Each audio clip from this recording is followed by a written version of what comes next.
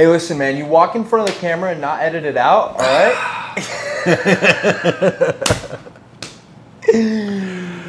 I'm gonna leave that the fuck in there, bro. I'm leaving that in. That's staying. That's amazing. Yeah. What a way to fucking start it off. Oh, welcome back, ladies and gentlemen. As you can see, well, first and foremost, welcome back to DayTrippin. This is Mikey Music, and we're here, back like we never left, baby. As you guys can see, kind of got a little new setup here. We could say a good farewell to Chalk Studios. We had a good time in the studios. We had a good time over there starting this adventure, kind of being the crux of the beginning of the brainstorming and the operations. Really appreciate Jordan and getting us started with the studio. 100%. Yeah, absolutely. Jordan gave us the opportunity to kind of get started in there, get going. Jordan decided ultimately to shut it down and just move on from the operation and focus more on other projects he wanted to work on. I wish him the best of luck. I do know that he may still have some involvement here and help us out with some things as well. But, you know, moving forward, I wish him the best of luck. Nothing bad happened. It just, the studio didn't, you know, pan out the way he wanted it to be. And so I totally understand and support his decision. And so we're moving along. So now we have a new setup. We are here, I would guess, the new studio. Yes. And we are here with Mr. Alex. What up? And we are here at his place. We set up a little spot in his place. So thank you, Alex, for bringing the studio, DayTrippin Studios here. Of course. To your house. Of course. He's going to be, obviously you guys saw him on the last episode. No. That's the last episode. So well, the Bloodsport episode, though, you're I'm not on there. Oh, you're not featured on it. No. So there's no video of me on there. So I actually haven't been on the podcast officially yet. You guys might have heard my voice in the last episode with the Bloodsport, but this is the official introduction. So it's just the audio that's on your. It's just the audio, and then we have there is a lost episode, folks, of Mikey Music. In our short lifetime, we've got some lore already. That's for sure. We have a lost episode. We have some lost. We have a lost episode for sure. We had a hidden agenda with Jordan and everything like that. Yeah, Jordan wanted to stay hidden. Yep. Well, the funny thing is, I asked him if he would do the pod, and he goes, "I don't want to be on camera." Yeah, no, he doesn't want to. Which is, I will convince him at some point. I will. Hopefully. I will. That would be good to bring it full circle. Yeah, I would love to be able to bring it full circle. Yeah, Jordan needs to be on the show. Maybe we do a little feature going on a day trip, you know what I mean? Yeah. In the Jeep, something like that. But yeah, so obviously we brought the show here to Alex's. Alex has been a huge help, and he's kind of going to go take over on the back of house kind of operations here with the camera and the editing work. Yeah, so it's been great, actually. We were able to upload the episode with Bloodsport. Go check it out, the previous episode. We've kind of been in a slew of change, which is why you guys have seen the little bit of lack of consistency. But, yeah, so we just got to a new spot. We got some new equipment as well. As you guys can see, we don't have mics in front of our faces. So hands-free? Hands-free. Look, no hands. So, obviously, we ordered some mics and... we got it rolling. We just wanted to continue the journey with you guys. Obviously, we started it. We're probably not going to be ending it anytime soon, and we didn't want a little bit of a change to try and give us too much of an obstacle. So we're back. We're here. This will be the home for the time being until we decide to do some other things that we have planned. Again, this is Alex, officially. It's my boy Alex. What up? He is a 3-4 stripe? No, I'm a 1-stripe white belt. 1-stripe white belt. I'm a dangerous 1-stripe white belt. Very dangerous. I am a 1-stripe white belt. 1-stripe white belt in the gym. We met probably 6-7 months ago, I would say. Yeah, right before I left for hunting is when we met. And just like goofing in the gym. Casually. Yeah, just casually. And then Mikey came back hard, January, February? Yeah, came back early this year. And we started coming super hard, and it was a lot of fun. Yeah.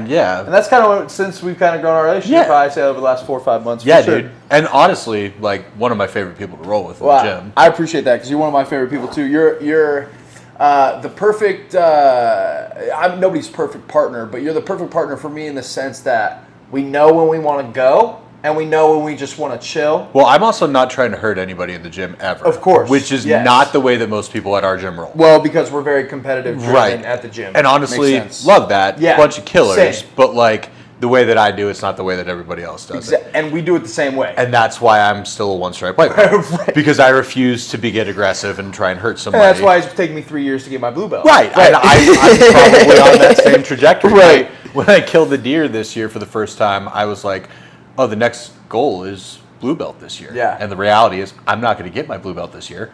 I'll get my blue belt maybe in 2026. I would say summer of next year, Yeah, probably. yeah. Summer of next year. Yeah, I've got a while to go still. But it's, bro, honestly, I know it's like cool because I remember the feeling when I had my first couple stripes and I see a blue belt or I see somebody get their blue belt. I'm like, gosh, they're so good.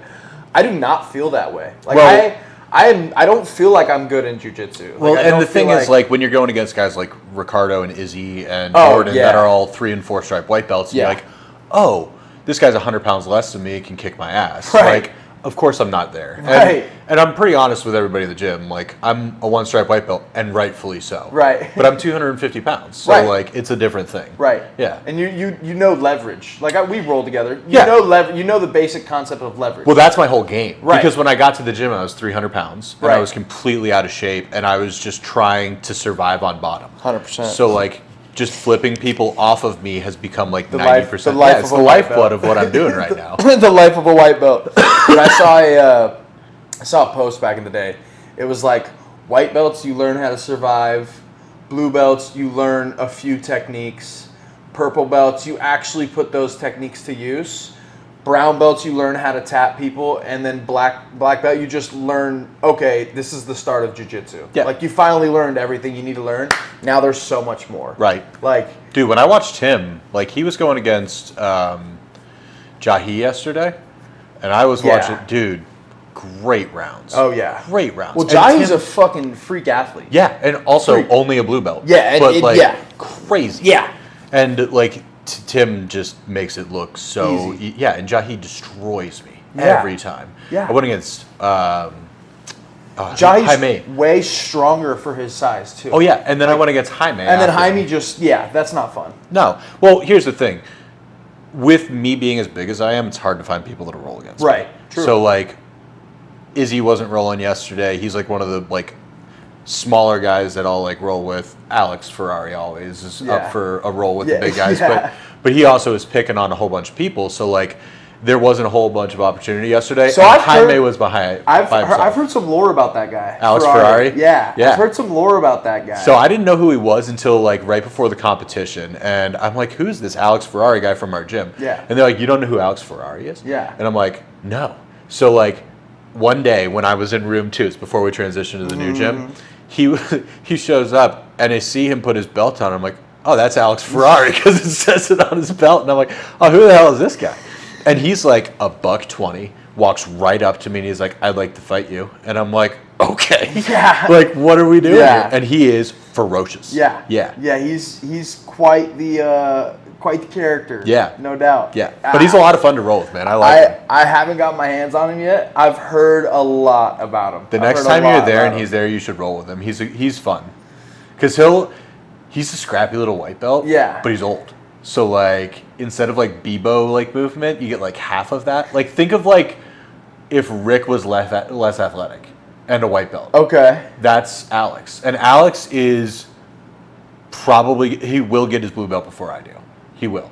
Probably. He will. He's Just because he's so aggressive and well, he's there all the time? Yeah, or- and he's better than I am at jiu-jitsu. Like, I am working currently on arm bars and triangles, and eventually I'm going to try and get into rubber guard. But, like, those are the things that I'm focusing on right now. Alex is focusing on winning.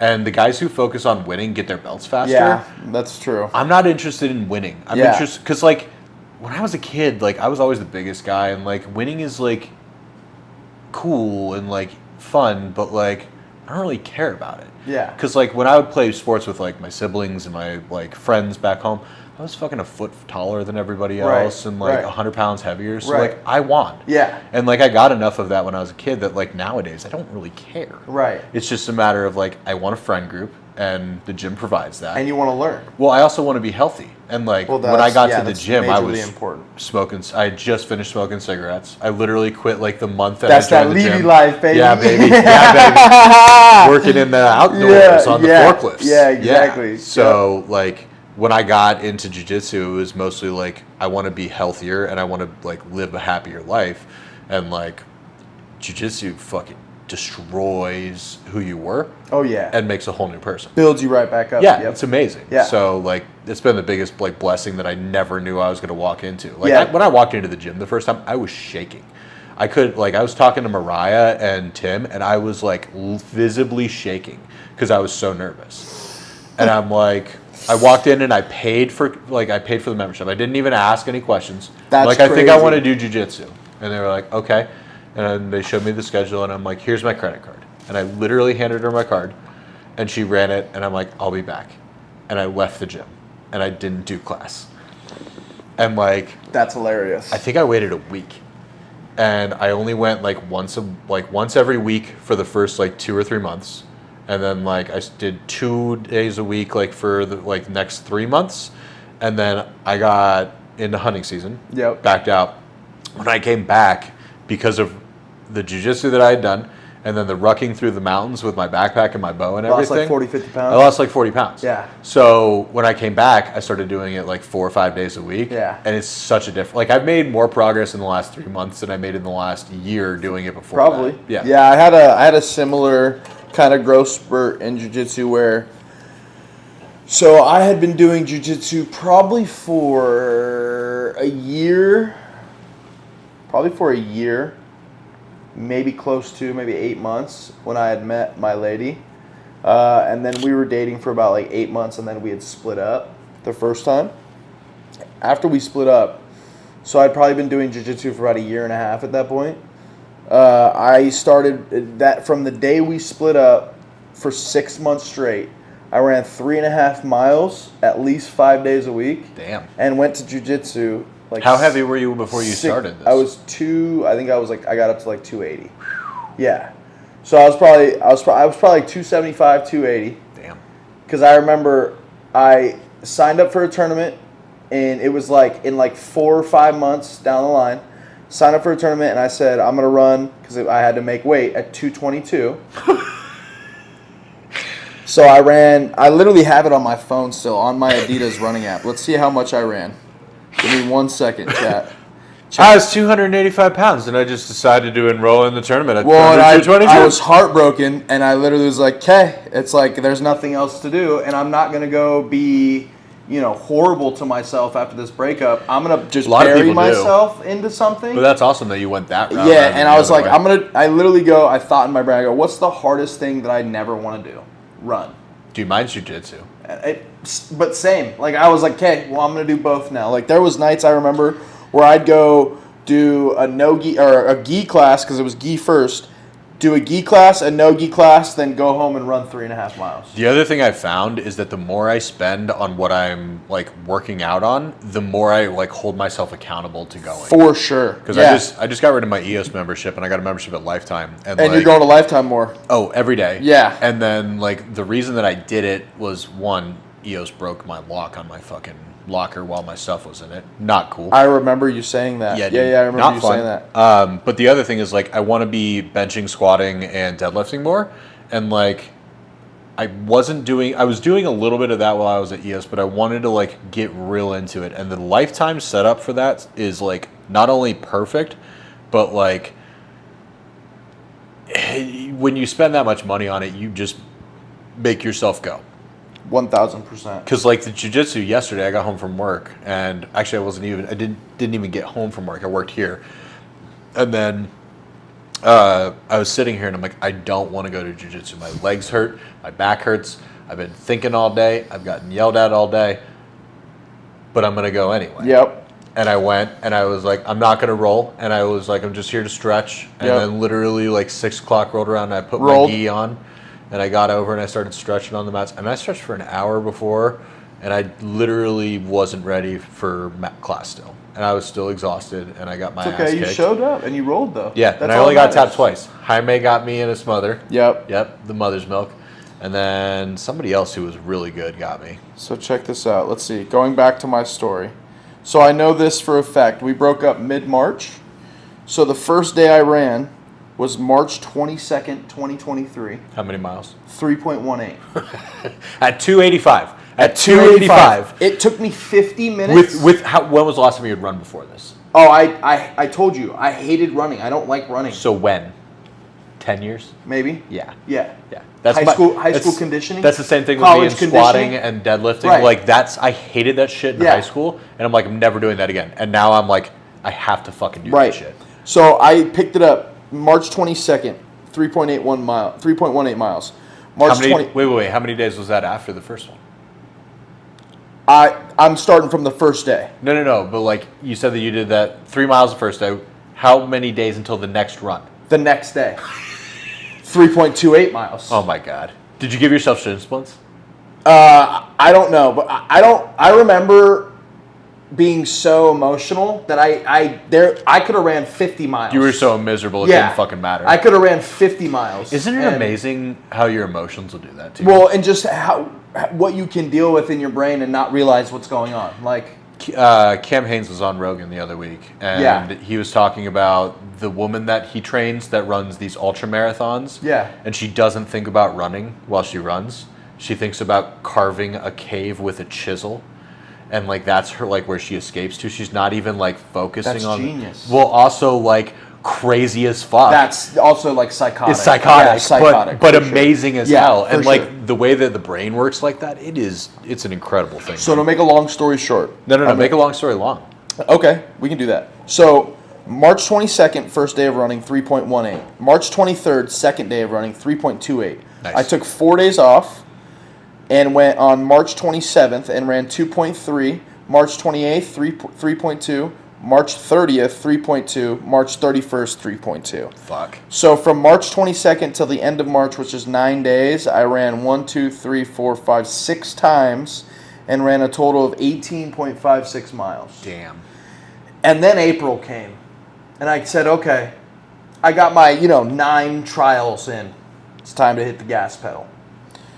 I ran April 1st, 2nd, 4th, 5th, 6th, 7th, 10th, 11th, 12th, 13th, 14th, 17th, 18th, 19th, 21st, and 24th. I ran a total of 52.7 miles. Fuck all of that. Yeah.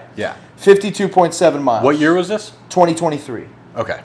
So I believe the competition that I signed up for was somewhere in June or July, and I started running in March. So then April I ran 51 miles, May I ran 47 miles, June I ran 36 miles. That's wild. And I ran a minimum of 12 times every month, besides my first month in March, which I ran 6 times in 9 days of the last month. So. That's insane. And I ran a total of like 197 miles. Fuck. On concrete and pavement. I don't think I've run 197 miles in the last 20 years. Yeah, I'm only 34. I remember I went from whatever my number was, 270, 280 around that range. The day of competition, the night before competition, I stepped out of the sauna, and just in my boxers, I was 215.5. Wild. The last time I was under 210 was 2016. I was working at a Lebanese Mediterranean restaurant and going. That sounds so good. And well, it was good. Yeah. But I was also smoking a pack of cigarettes every day. That's not good. And on the way to work, I would go to Lifetime and I would do 30 minutes in the sauna. And then on the way home from work, I would go to Lifetime and I would work out and do 30 minutes in the sauna. Okay. And that plus not eating plus smoking cigarettes, I went from 285 pounds to 205 pounds in the course of I want to say 7 months. Yeah. Sounds about right. Yep. And right now I'm stalled out at 250.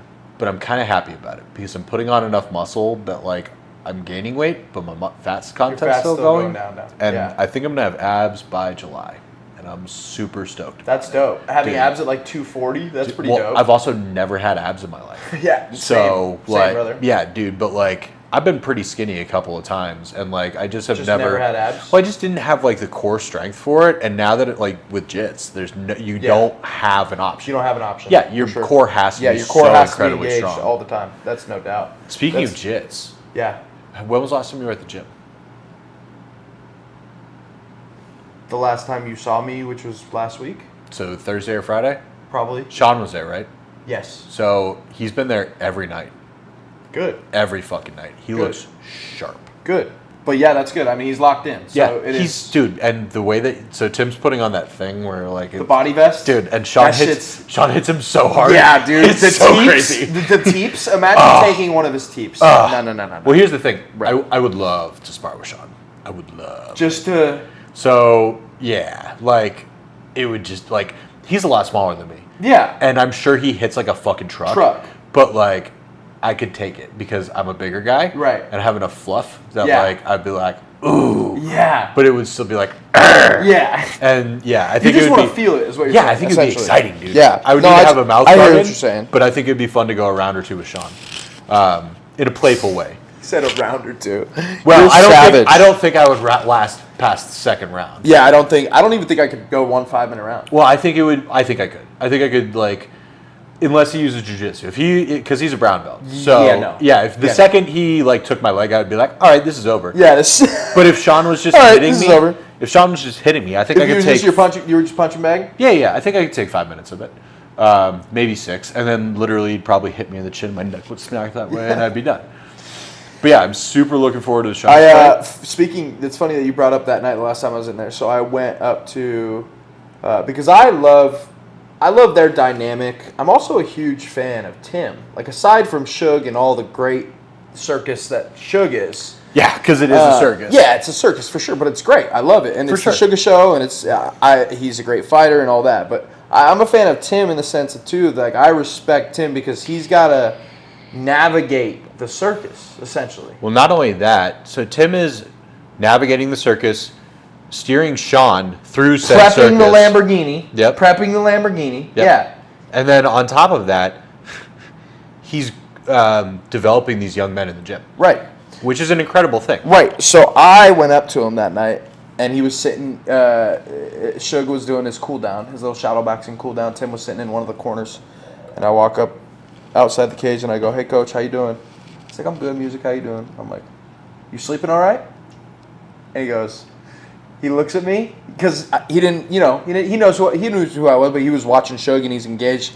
But that question caught him, and he was like, "I'm waking up in the middle of the night, man." I go, "I know." I go, "You're doing everything right, but we need you at 100% too." And I said the same thing to Johnny. Because Johnny's having the same problem. Right. I go, "You need to do whatever you need to do to make sure you get some sleep because we need you at 100% just as much as we need him at 100%. And Johnny's going to San Diego this weekend, and literally before I left the gym last night, I said, "You do whatever you have to do to sleep." Yeah. Because it doesn't, like... and bro, lay down at 6 p.m. if right. That's what it's and just, like, here's my thing, because he's like, I don't want to compromise myself. Like, it doesn't matter if you compromise yourself on the sleep or if you compromise yourself by not sleeping, you're not going to be at 100%. Right. But if you do sleep, you're going to be better off than if you don't 1,000%. It doesn't matter how shitty the sleep is. Yeah, no matter what. Even if you lay down at 6 p.m., the fact that you're resting your body and not doing anything from 6 p.m. until, let's say, you don't fall asleep. Well, also, like, exhaust your mind. Part of the problem that I think that a lot of these guys have is that they're so in their own head. And part of the reason that, like, I work out as hard as I do and, like, find other distractions is because I know that a restless mind will keep you awake and keep you fucked up. And that will make your life so much worse than if you were to just, like, not do those things. That's actually a really good point. That you have to. Everybody thinks about tiring the body. You have to tire the mind. Yeah. So like with what I do, I work on a computer all day, and like when I do that, that tires my brain. But if my brain's not tired enough at the end of the day, jujitsu, and then the sauna afterwards will do a nice job on it. If I'm still not done, I will get on video games for an hour, and that will destroy. Yeah, cooks your brain. Cooks your brain. Yep. But like that's also like I feel like some of these guys like the ones that get stuck in their head too. They don't have enough outer hobbies outside of jiu-jitsu? Well, here's the other part of that though. Johnny and Tim and Sean have dedicated their lives to this thing. Yes. It's all they do. And like, I don't know what their hobbies are. I know that Tim games a little bit. I know that Sean's got his farm, which I think is dope. Yes, like sick. that would keep me occupied. Like if I like I don't know Sean. I don't the episode was lost. The way that I got introduced to the episode was lost. The episode was lost. The Lost Files. The way that I got introduced to the gym was Michela O'Malley. Michela worked with me at the real estate firm that I was working with, and like she was like, "Oh, I work out at this place that's called so that's Redhawk." how you got involved. That's how I got involved with Redhawk. I remember that. I knew who Sean was, but I wasn't like aware of him. Right. And like I just saw this girl at the gym and I'm like, "You're in great shape. Like I'm fat. How do you get in as good a shape as you're in?" She's like, "I go to jiu-jitsu." She goes, "I go to jiu-jitsu." And I knew what jiu-jitsu was. I listened to Rogan and I'm like, "I need to do that." And then I just like happened to move to this side of town and it just kind of all lined up perfectly. Clicked together, yeah. Yeah, but I had no idea who Sean was, and like the little bits that I know about Sean are mostly through social media and like talking to Schmitty and you and the Jobins, and like I don't know, like Sean's got rifles and bows and like ATVs and quads and Ferraris and like I don't know that he's doing anything else except for fighting. He has all this stuff, but I don't know how much he's like participating in his hobbies. And like Tim's the same way. Tim's got ARs. Tim's got a bow that he fucks around with his social media. He's got his big backyard and like chickens and stuff like that. But like, I don't know like how much they're dedicating their mind to anything except for recovering and fighting every day. Because that's a good point. I don't know how much. I mean, other than I would imagine, like other than their families and significant others and such, I don't. Like, how would they have time for anything else? For a while, I know Sean was streaming, and I know, like, and video game COD, and, like, him and Tim, and, like, they have this community. But a lot of that stuff that they do is more, like, for business purpose. Well, also, like, when they were doing a lot of that stuff was during the pandemic, and, like, when shit was shut down. Right. And now that, like, they're dialed back in, and the gym's back open, and, like, Tim is completely dialed into the team, his business, and Sean. Yeah. That's what he's dialed into. I don't know how much space that leaves for anything else. Yeah, you're talking about like going hunting or like. Yeah, like I don't know that Tim would like enjoy going hunting. He would be thinking about jiu-jitsu all day. I don't know that Sean would enjoy going out and going shooting. That goes back to my point of like I always say like in general like when you like I say this about pro athletes too because I've other pro athletes in different sports. Like your brother. Yeah, like right. So yeah, you've been around amazing athletes your whole life. So when you focus so much energy, effort, and attention into these skills, you neglect everything else. What normal people or average people, right? Us, right? Like everybody at the gym, you neglect the skills that we have to learn to be successful in life because we don't get to that echelon where you're at that has the money and the freedom that allows you to do that stuff. But also, I don't think that those guys do those things unless they absolutely fucking love it. You're talking about skill-wise. Well, like, I don't think Sean would still be fighting. Like, he was the champion. No, of course. No, I'm not saying that. He's got enough money. He doesn't need the money. No, for sure. He loves it. What I'm saying is, and I don't disagree, what I'm saying is to add to your point that they focus so much time, attention, and energy on these things, it's hard to develop other stuff. I say the same thing. It's like, so Sean has probably thrown a 1-2 how many times? God. Right? There's no number. That takes away from, going out and having social skills or reading texts and having intelligence skills or like social life skills that people develop to learn and grow. Like I think he's got a good amount of that, especially for the exposure. I mean, he's from small town Montana. Yeah, came here and was an immediate star. Yeah. And like he's developed under crazy circumstances, and I think that he's pretty well rounded for that. But like you're never going to get like somebody who's a Floyd Mayweather or a Sean O'Malley that's a Nobel laureate or like anything like that. Of course not. They're not the same brains. And were you thinking more along the lines of like hunting or fishing? I have like 5 different things that I'm into right now. Jiu-jitsu, Jiu-jitsu, hunting. I'm working on 3D printing and design. Okay. Which is a whole new endeavor in itself. Right. And then my other big hobby is like collectibles, which I've shown you a little bit. You love collectibles. I love collectibles.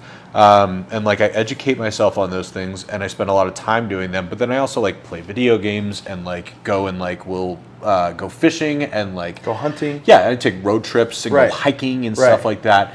Like the amount of time that I have with my 9-to-5 job allows me to do all of those things. But I'm also not an expert in any of those things. Right. I shoot my bow very well. You're not a bow expert. People like Cam Hanes and Joe Rogan will fuck me up all day long. I go to jiu-jitsu. I'm good for a like white belt. Yeah. But like I'm still a white belt. Like I still get my ass kicked. I don't focus on anything enough. There's a saying, jack of all trades, master of none. Right. And like I think of myself like in that kind of Renaissance man mentality where like I'm not a master of anything to do, but I do a bunch of shit. But I can do a bunch of shit. Yeah. Shug and Tim and like those guys, they focus so intently on one thing that they become the masters of those things, which is amazing. And it's an incredible thing to watch. For sure. But I don't think that I want that in my life. I like being able to like say, I'm taking Saturday off from jiu-jitsu and I'm going to go in the mountains and I'm going to go fucking shoot a turkey. And like... That's sick. It's sick. And like... And you don't think because of where they're at or where they want to go, they have that leisure or luxury? I think that if Sean were to retire in the next year or two, he would be able to do whatever he wants. I think he'll still develop fighters and things like that. But like, I don't think that while he's fighting, he would have the capacity. Like he's so busy. He's got so much focus on this one thing because he has to, because it's life or death. Well, I understand you on that, but what do you... So let's just take a 24-hour day schedule. You can only train so much. Kind of. So recovery and training are part of the same tree. Right. But if let's say you're doing 2 sessions a day, 3 sessions a day even. Okay. Let's say you're doing 3 sessions a day, maximum 6 hours of training. Okay, so Sean wakes up and Sean goes and he does whatever recovery he does to start his day. I think he used to do red light therapy and a cold plunge and stuff like that. Let's just say let's call it an hour of recovery in the morning. Sure, and then he goes and he goes and feeds the chickens and the cows and the horses and the things that he's got on the farm, makes his coffee, gets his daughter and his wife out of bed. Right. Maybe she goes to school, and then Shug starts a run or a sparring session or something like that, and then breakfast and all that kind of stuff. I think that his entire day is dedicated to that shit.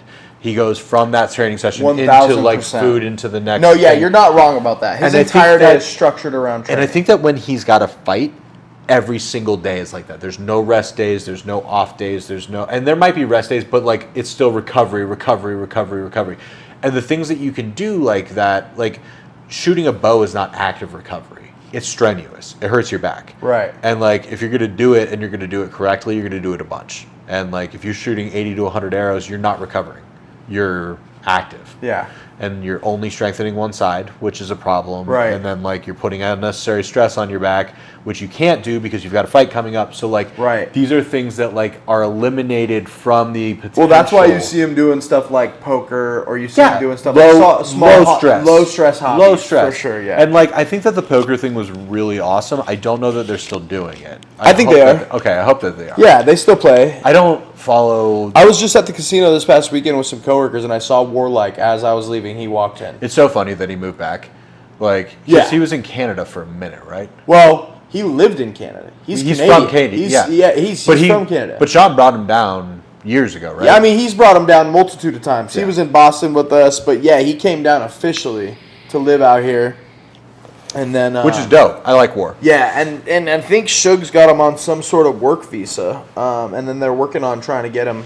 Hopefully we can pull some strings and get Daddy Trump to give him a little. It's been nice to have Blake back in the building too. Is Sono back in the building? Yeah. So he's there with Sean on a regular basis, and why was he not there before? Well, I don't know. I feel like Sean and Sono were just gone for 6 months after the last fight.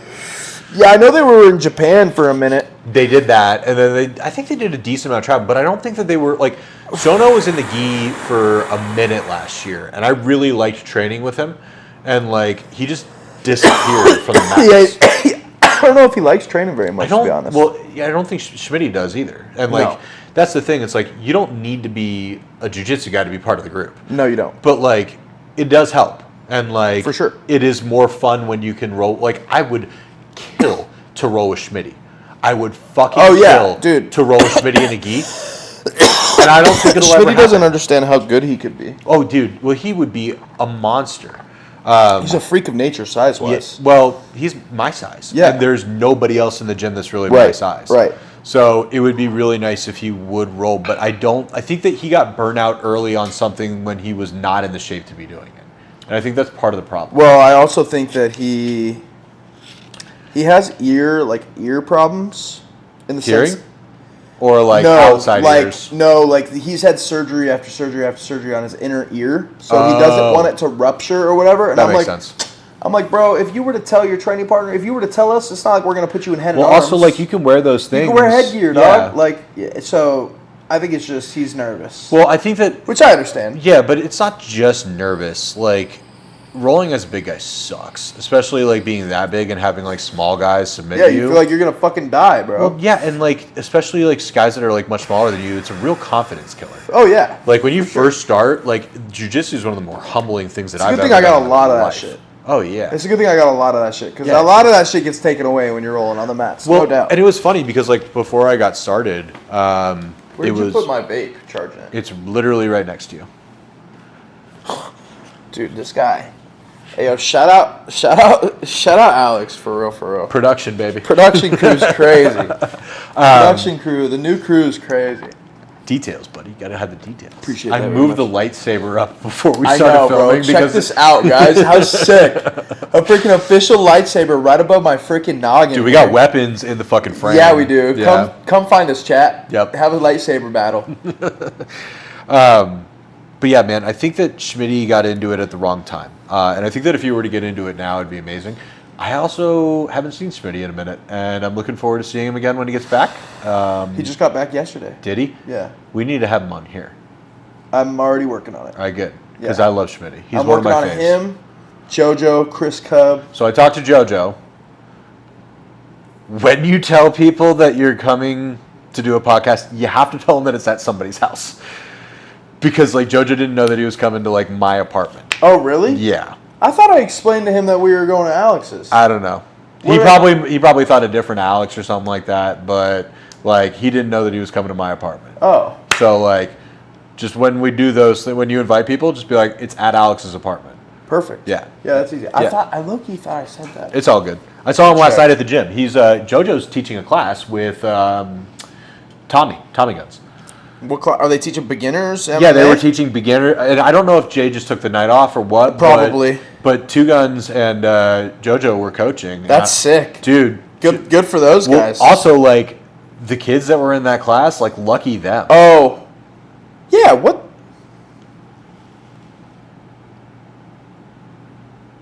He probably just didn't know. See, here's the other part of this. Like, I don't think that most of the guys at the gym know my name. No, probably not. I know that a lot of guys that like you, Jahi, Johnny, probably those not. guys know. And that's a common thing in the gym, and it's nothing personal. Yeah, I know you know that. Yeah, because there's so many. There's so many fucking people. There's in the gym. so many people. So many. And honestly, you really don't start to know people till after like a year of being there. Yeah. Like a year of consistently being there, then people will remember. And it's so funny because a lot of people are like, "You've been here for like 6-7 months now, right?" And I'm like, "It's been a year and a half." Yeah. Yeah. But like I took enough time off that I don't take any. People got to pay attention for. Well, dude. Also, I was hurt when I broke my ribs almost immediately. I remember. When I got that. I remember that. Yeah. I remember you came in, and you got hurt right away, and then you just came in and watched for a little while. For a while. Yeah. Yeah, because like what happened was backstory. I didn't work out, I shouldn't say I didn't work out. I didn't work out in an effective way that was training my muscles and making sure that I was like taking care of myself for like over a decade. And I also drank every night and smoked a pack of cigarettes every day, which destroys your body. Yes, it does. So when I got into jiu-jitsu, so you're gonna spend the next decade doing jiu-jitsu to fix that. Yeah, well, and honestly, the last year and a half of jiu-jitsu has already done an enormous change. I'm sure it has. Yeah. So like, every piece of like getting better and training has all been based off of like that initial experience. When I came in, do you know Big Brett? Big Brett. Big Brett does no-gi. And now he's down like 70 pounds. Yeah. Yeah, so I know when exactly Brett what you're started training, Brett was I think 330. Yeah. And I was he was rolling. a pain in the ass to roll with. Well, I was rolling with him every time I saw him because I'm like, this guy's going to make me better. I'm not going to be able to get out from underneath this guy. I'm going to work on my. I don't want to be underneath him. Well, no. Right. But also when I am, I have to work on my escapes hard as fuck. Yeah, that's true. So I train with Brett all the time. It's going to make you better. And the reason that I don't start on my feet whenever we have the opportunity to start however we want is because when Brett and I were training at the beginning, we didn't know any better. He hooked my leg with his leg, and neither one of us were very mobile, and he fell on me. Oh, no. And my 280 pounds plus Brett's 330 pounds on my ribs that have been sitting on a couch and drinking and smoking for the last decade, immediately. Yeah. 3 of them. Yep. So, like, for 4 months after that, I was doing, like, 1 roll every 2 weeks, and I was sitting and watching 4 days a week. And, like, that's how I... got a lot better by watching. Just by watching, dude. And, like... I've done a lot of that, too. Well, I was also studying on, like, Instagram and shit like that, and most of that stuff is gross and not real. Yeah. And you realize that the more you watch in class. And the guys who I learned to watch in class are Garrett. Yep. Johnny. Yep. Jahi. You know who I learned a lot from? Taya. Dude. Watching her. But the problem is that Taya does morning classes most of the time, and it's hard to catch her at night. Yeah. But yeah, Taya is a monster. Yeah. And, like, not bigger than most of the people that she rolls against, and just fucking throttles them. Butter. Smooth as fuck. Butter. Yeah. Yeah. Dude, at the old spot, because the gi class used to be before the no gi. Yeah. I would be chilling, decompressing after gi, and just watching her slice through people. Yep. And no gi and gi are pretty much like the same, except the grips and stuff. Yeah. But you learn so much just by watching good technique. And I even asked him, like, when I'm hurt or when I'm not feeling good or when I'm just watching, like, who should I watch? And his answer was always Taya. Taya. Yeah, watch Taya. But also Taya's traveling a lot now because she's a brown belt and she's a monster. Starting to travel a lot. Yeah, well, Bebo's back on a regular basis now, which I fucking love. Bebo is my favorite person in the gym. What a little fucking rat. I say think that so? with all with all the love. Yeah, in with my all the heart. love in your heart. Yeah. What a little fucking rat, though. I fucking and love I'm looking Bebo. at the fucking camera, you little rat. I fucking love you, you little shitbag. I fucking love you, Bebo. God, I love him, but like what? He's the best. What the fuck? Dude. Why you just disappear on us like that? Well, he disappeared for 2 reasons. I know the reasons. Kay. There's no reason to put him out there. I know, but he knows why I'm saying that too. Yeah, but also like I fucking understand. love Bebo. I love Bebo. And I'm so It'll never fucking change. happy that he's back. And I'm stoked to have him back because he is, no matter what, he's a positive in the gym. 100%. He's the man. And I thought that he was just coming like on like a every once in a while basis, and then like 2 days in a row, like I was getting out of my car and like I see Bebo pull up with Dom, and I'm like, but we all knew that was going to happen. Well, like, yeah, and that's that was the the thing. thing. Is like cooler heads always prevail. Yeah. Right. Like, and you just kind of time always lets that. Alex happen. Navarez. Yeah, what the fuck's going on with him? He's all over the place, bro. I can tell. But he's also a monster. Like that guy is fucking scary as shit. Oh yeah, I mean he's gonna kill this dude that he's gonna compete against. Are you gonna go to that? I'm thinking about it. Do you want to go? It's like 50 matches, bro. There's so many jiu-jitsu matches. Do you know how much it is? I don't. Okay. Shout out to the Crown Plaza Hotel. Yes? Let's look it up. Let's look it up. Because we actually have an editor, so he'll be able to just... Yeah, I can clip. So... Alex, I'm just going to look on his profile. Yeah, or Garrett or Jimmy Tree. Shout out Jimmy Tree. Also, Ryan El Grecchio, our purple belt, Asian dude. Oh, dude. Ryan's going to be competing that night, too. Ryan with no ears? Yes. Dude. Yes. It hurts. So I have needles in my bag just in case like one of my ears puffs up. I do not understand these guys who like the cauliflower ear. Bro, yes, Crown Plaza Hotel. Okay. No free shout out. The free shout out of the week, the Crown Free Plaza Hotel. Crown Plaza Hotel. If you're in Phoenix, all the boys. We'll throw it up. We have flyers. I'll send you the flyers. We'll throw them up. But here's the problem, Mikey. This comes out on Tuesday. When is the... Fights are this weekend.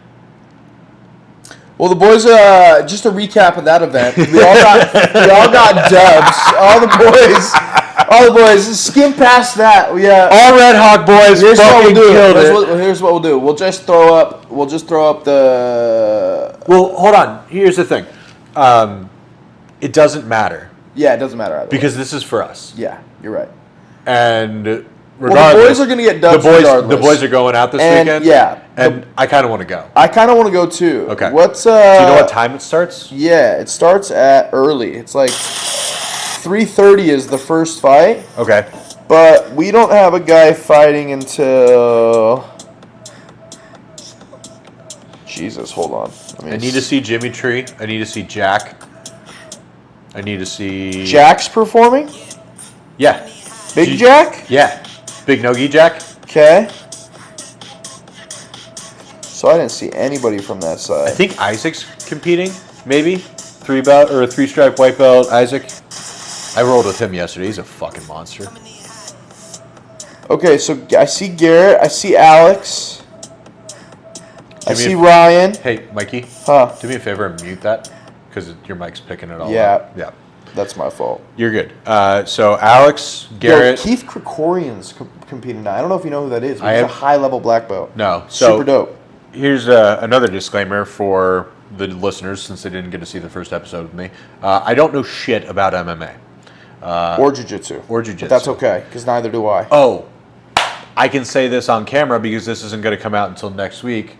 I heard a little rumor in the gym. Oh. You need to be taking a little bit of time off next Tuesday.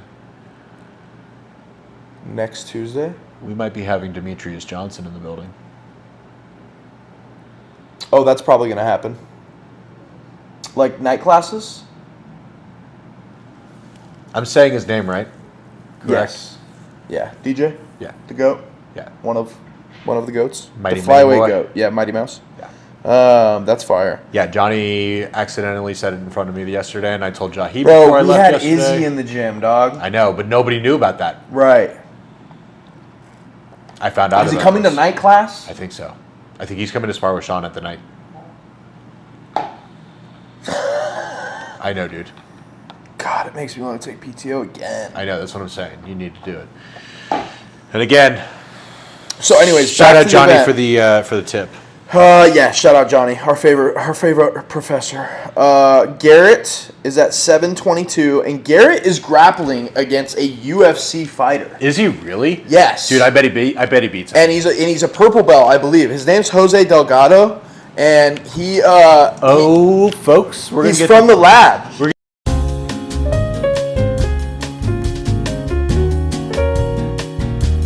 Because London is a black belt at the. No, London's a black belt, not at the lab. London comes from Aries, which is in Goodyear. Oh, which really? is right down the street here. Aries is Osvaldo Cancino, who is the coach of Elizabeth Clay, David's older sister. Yeah, I met her at the other thing. Her and London have the same coach. Got it. She's also competing at black belt now. She's been. Yeah? She's the best female jiu-jitsu practitioner on the planet, pretty much, pound for pound. Yeah, well, pound for pound, yeah. She just lost to Helena Cravar, who's probably going to end up taking that spot. She trains with Gordon and all those guys out of that's Austin. so crazy, dude. Yeah, and she's only like 19. That's so nuts. So, and to be fair, David's sister, Elizabeth, just had a baby. Yeah, so like real recent. And she's fighting on the main event of UFC Fight Pass. So it's like... Oh, is she? That was the match against Helena Cravar. Oh, it was UFC, not jiu-jitsu. No, it was jiu-jitsu. The UFC does a jiu-jitsu promotional. Oh, now. No shit. Yeah. It's called the UFC Fight Pass. And they have UFC grappling, which they do That's awesome. in the PI. And they take off the cage for the PI and just put out a mat. Speaking of the Clays, David got fucked this past weekend. I know. He doesn't have a fight this weekend. It's such bullshit, dude, that like he travels home, like is ready to go, and the other guy sees the video of David just massacring that one kid. Mauling the guy. Yeah, dude, I mean, David was covered with blood. None of it was his. Yeah. And like this guy's like, I don't want to do this. I mean, that's what you... Unfortunately, this is the consequence of being David Clay. Your sister's one of the number one female practitioner jiu-jitsu players on the planet. David's also scary at jiu-jitsu. And David's a purple belt or brown belt IBJJF world champ. Purple. Nogi and Guy, I'm pretty sure. Yep. But he's And not he's been- training Guy currently. Whatever, it doesn't matter. Well, I We're wanted to talking- roll with him, and he was like, Oh. I don't do it right now. And I'm like, all right. So, because he's focused on MMA, which is fine. Yeah, which He is does great. no-gi. Right. But still, he's been doing jiu-jitsu since he was 8 years old or That's something wild. like that. Think about being an amateur fighter, and that's the guy you want to try and go get some experience? Yeah. No, I don't feel like dying. I don't No. feel like getting experience and get my ass whooped. I'm also looking forward to watching him grow up a little bit because he's a really cool kid. Him and Sam both. Oh, yeah. And like the like purity is real. it's real. Yeah. And like not only just the purity, but like they're also in a point of their life. Like, do you remember being like 19, 20? Like there's so much Oh, do I potential. remember?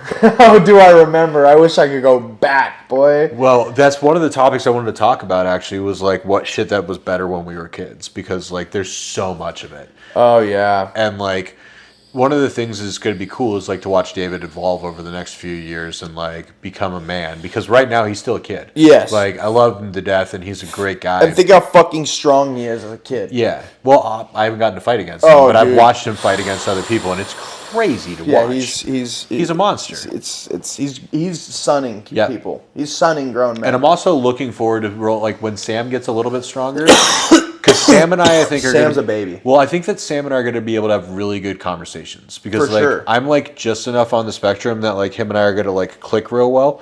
And like, Have you watched the episode with the Clays? I have not yet, Bro, but go I'm watch looking it. forward to Go it. watch it tonight. Okay. Go watch it when you're done and everything's Well, I'm going to go put get away the and sauna everything. at the gym after this, so I'll throw Oh, it there on you go. in There you go. Yeah. It's a good interview. Sam, you'll love Sam. Me and Sam had a I've had good a old time. dude. I've had like.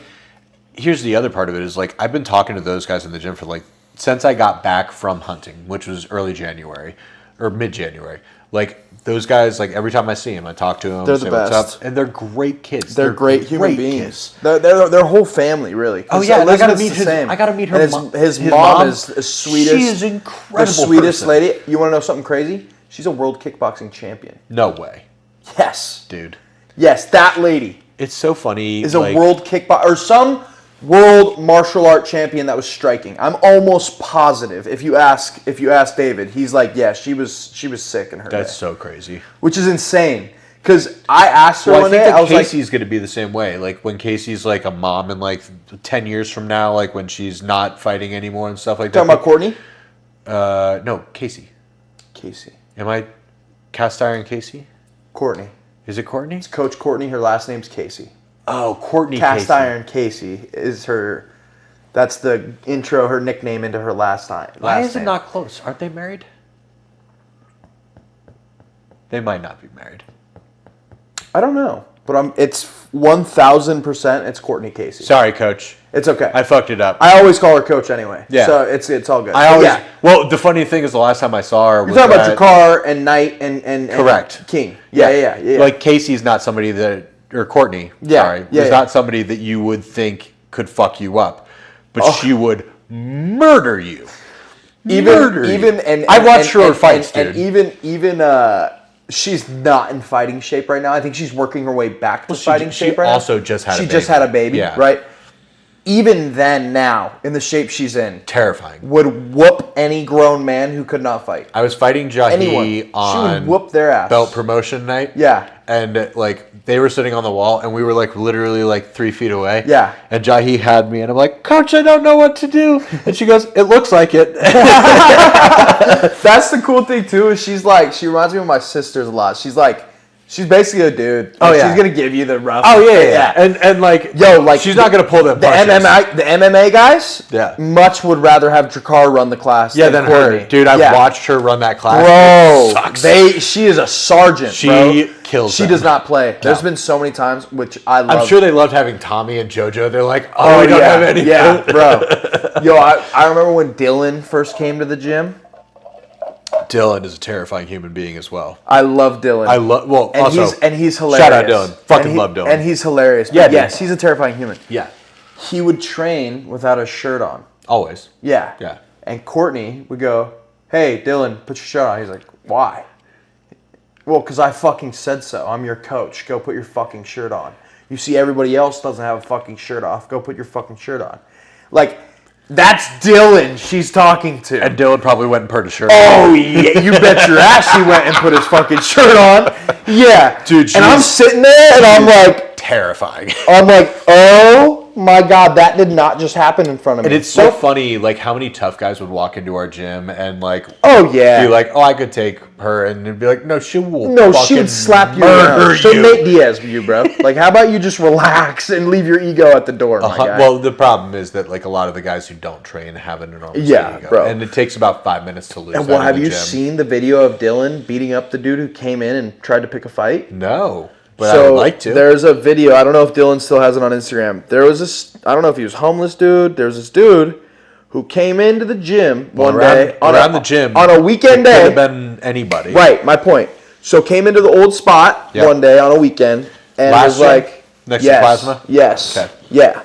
And was like, yo, I'm looking for a fight. Not in a but you guys train. Let's see what's up. So Tim looks over and somebody goes, thinks he's hard. Yeah. Tim looks over there and he goes, yeah, all right, bro. Like, if you want to train with us, he's like, nah, I'm not looking to train. I'm looking to fight. These have 5 hours of battery, so we should be totally Oh, that's beautiful. Yeah. He goes, I'm not looking to train. I'm looking to fight.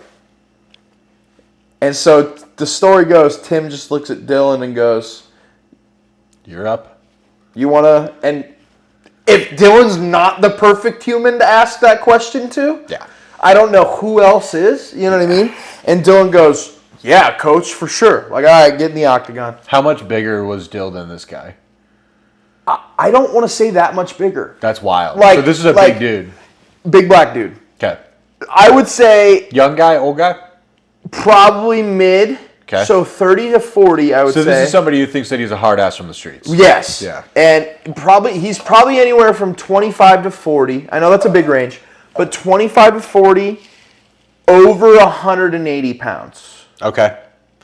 You're going to get your ass kicked by Dill. Probably 6 feet tall. Yeah. Over 180 pounds. Because Dill's going to see you as a threat, and then he's going to fuck you up. And he's not going to stop. No. Because Dill does not have pieced this kid up on the feet. Yeah. Took him down, fully mounted him, and was dropping absolute bombs on this kid. Like, on this dude.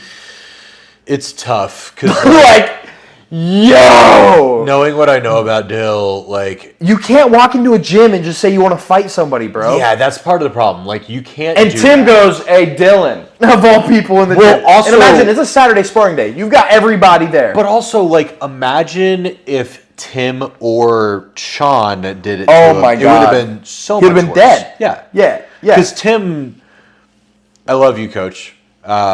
Well, actually, no. Tim would have probably not done as much damage as Dylan did. I don't know about that.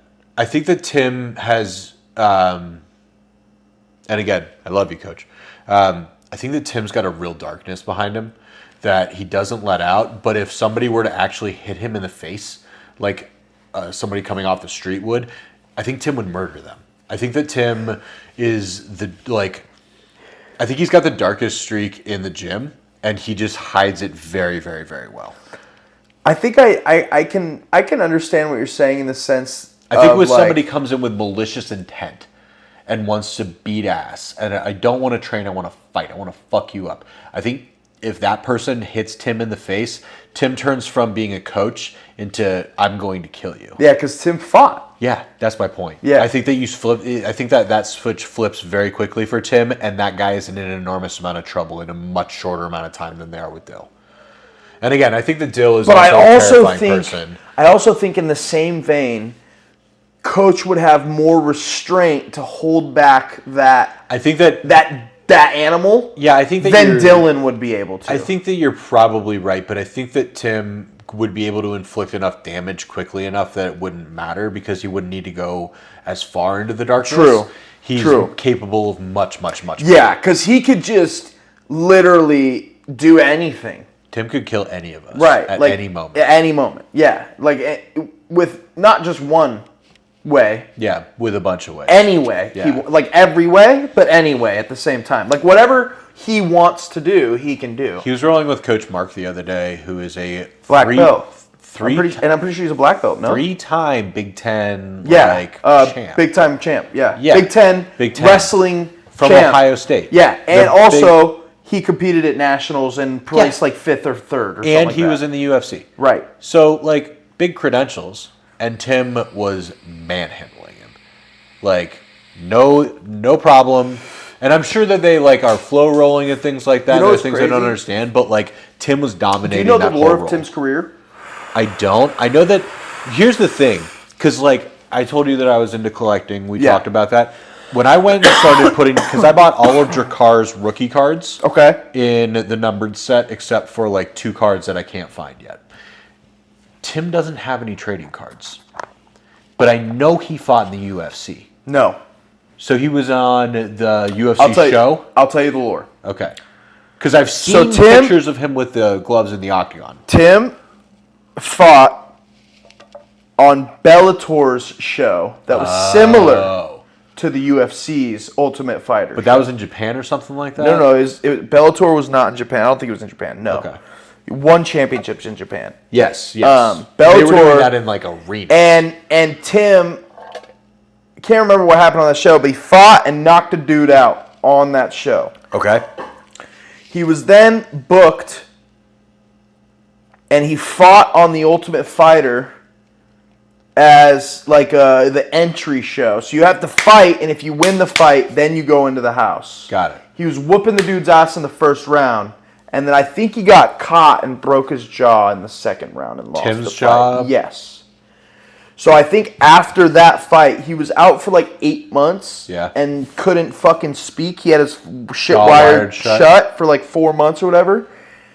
And I think that's when he started the transition into coach. Because he remembers it was like a pivotal moment for him because he was like out of money. He's got medical fees now. Yeah, your jaw's broken. Right, jaw's broken, can't talk. And you're not on a TV show now. And you're not on a TV show now, and you just lost your chance to go to the UFC.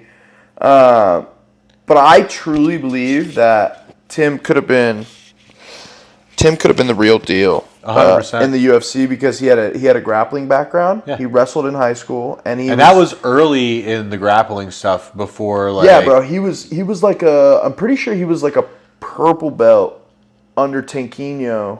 Or maybe he hadn't even gotten to Tanquinho yet, but I think he was a purple belt when he was training with like Chael Sonnen. That's wild. Wait, Tim trained with Chael? You don't know that? No. So before Tim came out here to Arizona, he was living in Montana, and to get better training. Doesn't Chael live out here now though? No, Chael's in Oregon. Oh, okay. So Tim would travel with a bunch of guys from northern Montana, which is actually fairly close to where my parents used to have property in Idaho. But anyways, they would travel from Montana all the way to Washington down into Oregon to get more training. And that's when Tim met Chael. And Tim was training with Chael, Randy Couture, and like all those guys from that gym. And there's a clip out there on the internet, and it's one of my favorite clips of Uncle Chael saying, Tim was the guy in the room that was the coach, but didn't know he was the coach yet. Yeah. And you also couldn't tell him he was the coach because he was in his fighting career. Right. And when you're trying to tell a guy that he's better as a coach even though you're a great fighter, you don't know how that ego is going to take that situation. Well, not only that, but like when you're focused on something, again, like Sean is and things like that, you can't try and pull him off that Well, at path. this point, he hadn't even met Sean yet when he was training with Chael. No. I'm just saying, like, when you're focused on something. Oh, for sure. You can't divert that for person's sure. path. No, yeah, no They're doubt. focused No doubt. on it. No doubt. Yeah. And at that time, Tim was focused on fighting. Yes. And so they're, they train whatever, and then Tim ends up hurting his jaw, and then I think he took a fucking... He's better looking because of it. You think so? So I've seen the pictures of him with the gloves on in the ring, and his jaw is much wider, and I was wondering why his face looks different in those pictures versus now. Yeah. He's better looking because he broke his jaw. Well, kudos to him. Yeah. So I think after that, the way he met Suge was he took a job opportunity to announce some local fights in his hometown. In Montana? In That's how he's associated with the Montana fight cards and stuff like that. While he was training out here and coaching, because he had started his own little gym, which everybody refers to as the mechanic shop. If you've heard about the mechanic shop... Across the street? No. It was just a little mechanic shop that I think one of his early students owned. There was a little space in the back where they just threw down some mats, and that's where they started Redhawk Academy.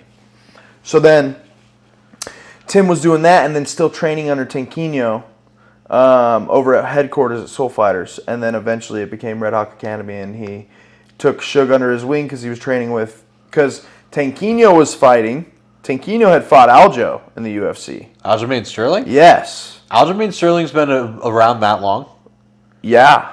Dude, because Sean has fought Aljo twice now, right? Once. He just beat Aljo once. Okay. He's going to fight Merab twice. Yeah.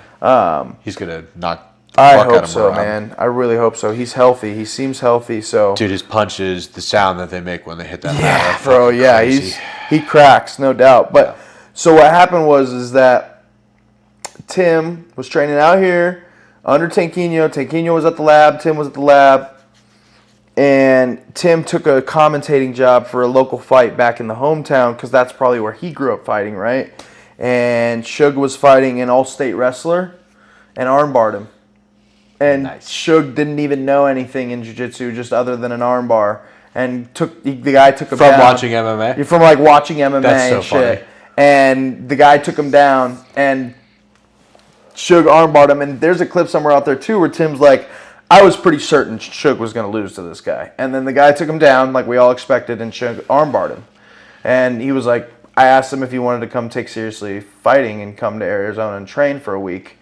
And Suge was on a plane the next week, stayed there for 7 days, and then was home for like 3 months, saved up $2,000 and moved out into Tim's place. And Wild.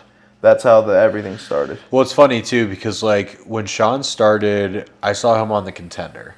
And I'm like, who's this idiot with the giant... Giant fro? Jerry No. curl fro? Well, not only the giant fro, but the giant tattoo across his chest. 'Cause Yeah. even when he was young, Yeah. he had that giant Yep, tattoo. he did. And it was way more out, like way more seeable because it was the only tattoo he had. Yeah. And, like, he didn't have the crazy hair, Mm-hmm. none of the face tattoos or anything like that. He just had this giant piece on his chest. Yeah. And I'm like, this guy's about to whoop some ass. And, like, So I funny rooted... because he was vegan in that fight. He looked so sickly. He was very small. And, like, literally, I wanted him to win. And, like, I didn't know shit about fighting. It happened to be one of the things that, like, my buddies had invited me over to watch. Right, It was, like, right. The finals of the Contender Series. Right. And I'm like, who the fuck is this guy? Yeah. And, like, I want this guy to win. Yeah. And then, like, literally, I think it was, like, 2 years later, I saw him with the braids and stuff, with Yeah. the hair, and I was rooting against him. Hard.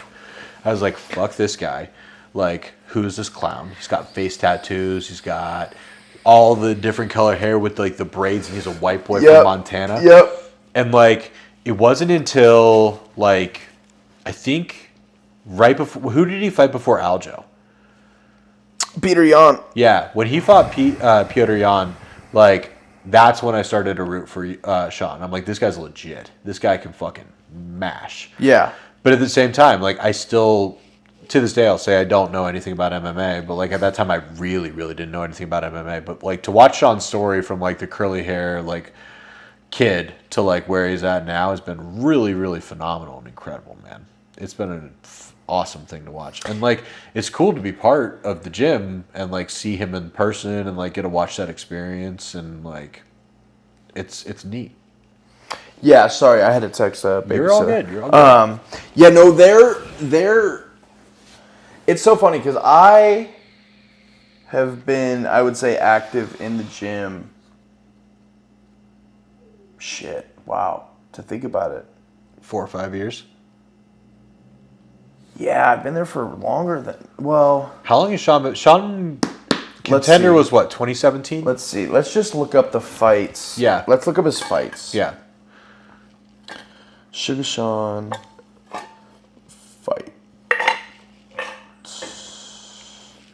fight record. So he's 18-2. So 20 fights in the UFC. No, 18-2 total record. Oh.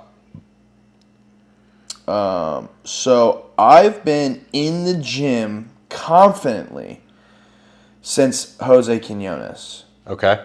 which was March 7th, 2020. Okay. Dude, March 7th, 2020? Yeah, so you know what day I've that been is? in the gym for 5 years. Do you know what day that is? COVID. That's right around COVID, no? That was the day they shut down the Indian Wells Tennis Garden, which was the first sporting event that was canceled. Yeah, that was UFC 248, Adesanya Romero. Yep. And every sporting event after that was So I canceled. think actually... That was the last I think I sporting event might that went have on. gotten involved with the gym. No, because I was in the gym before COVID. For sure. Yeah. So that, dude, that day was the last sporting event that any like major event happened. So Suge's UFC record is 1-2. Well, technically that's one. Well, you said it's 18-2, so it's whatever and 1 because the only person he's lost to is. It's 2. He lost 2 in the UFC. Marab and then who else? Cheeto. He lost to Cheeto Vera? The first Oh, that's right. The leg. Yeah. Fuck that guy. 1, 2. So 1, 2. I'm sure 3, Cheeto's 4, a nice guy, but 5, fuck him. 6, 7, 8, 9, 10. He's 10-2-1 because he has a no contest from Pedro Munoz. Okay. So he's 10-2-1 in the UFC. He's still a fucking killer. Yeah. And Sean's 20. And I for sure have been in the gym at least since Eddie Wineland, which was June of 2020. So I might have been in the gym, 5 years. Yeah, that's a long time, bro. Yeah. Yeah, and he's fucking put on some performances, man. Yeah. Oh, man, the Chris Moutinho fight, the Thomas Almeida fight, the Rulian Paiva fight. I was there for Rulian Paiva. That was in Vegas. I was there for the fucking Pedro Munoz fight as well. That was in Vegas. I was there for both of those, December and July, 21 and 22. And then I was in Boston August 19th, 2023, 11 days before You guys went to that fight? I was there. Yeah, That's I was awesome. in the arena. I lost my absolute mind. It was insane. Let's see if I have The any. one UFC fight that I went to was fucking nuts. Yeah, they're all nuts. Yeah, but I was there at the one where the guy got kicked in the face and his face basically collapsed. Oh, Tony Ferguson, Michael Chandler. Yeah, that was dude. out here. Yeah. I was there too. Yeah, I was at the arena. For Yeah, that was Gaethje and Oliveira, Yeah, or dude. Oliveira Poirier. It was one of the two. Speaking of which, Ilya's gonna stomp the fuck out of all of Yeah, it's gonna be a really. It's like I can't believe that they put. Is this thing on? Yeah. It's gonna be a really sad day to be be a sad. Charles Oliveira Dubronx fan, and that is coming from a fan of a fan of Dubronx. I am a fan. I am a fan of. Dubronx. I like Charles. I like to root for Charles. I am a fan of Shootbox. I am a fan of their entire system. But is he really the number one contender in that? Because Well, let's talk it out. I mean, like, Let's talk it out. Islam's out of the question. He gets away to the title. Yeah. Who do you think should fight? I don't know, man. I really don't. Like, it's so hard because Without Ilya- looking at the rankings, I'll tell you, my head goes here. There's only a few guys at the top of the lightweight division. Sure. You've got Arman Terzukian, whatever which the hell would his be a name great- is. Yeah, Armin. Right? Armin Sarukian. Arman Sarukian. You've got not Justin Gaethje anymore. He just got knocked out. So you've got Arman. You've got Charles. Chandler just lost to Patty, so you've got Patty. I think Patty versus Ilya would be like the best fight. They're going to do that after Ilya wins. I Because know. I think Patty's going to go fight. But I think Patty's going to go fight Gaethje, and I think that's going to be a sad night for Gaethje fans. But again, like, here's my whole beef with this thing. Those are big money fights. Shout out to Dana White for doing great fucking fights. Yeah, of course. We all know what's gonna happen. It's one of those things. In what fight? What are you talking about? In both of those fights. Gaethje's brain damage is obvious at this point. Listen, if Gaethje takes that fight 3 years ago, he mows through Patty. 100%. But now he does not. No. Not even Patty close. takes him down. Patty and destroys him. probably beats him up. Yep. And then Ilya is gonna fucking destroy Flatline Oliveira. So like, If Michael Chandler what we could should- rock what Oliveira, we should do is Oliveira. Ilya's going to put him out. But Oliveira versus Gaethje. We've already seen that. Yeah, I know, but like, they both suck. Well, I shouldn't say they suck. Those guys are both past their prime and like a more even matchup for themselves than like Ilya versus either one of them, or Patty versus either one of them. Yeah, but you got to think, what does the UFC I think want to do? Patty versus Oliveira At would the be a end of the better day, fight. what does the UFC want to do? I don't know. I think They Patty, want to create stars and they want to make money. Well, here's the thing. If you really wanted to do that, I think you push the Ilya Taporia fight out. You have Patty fight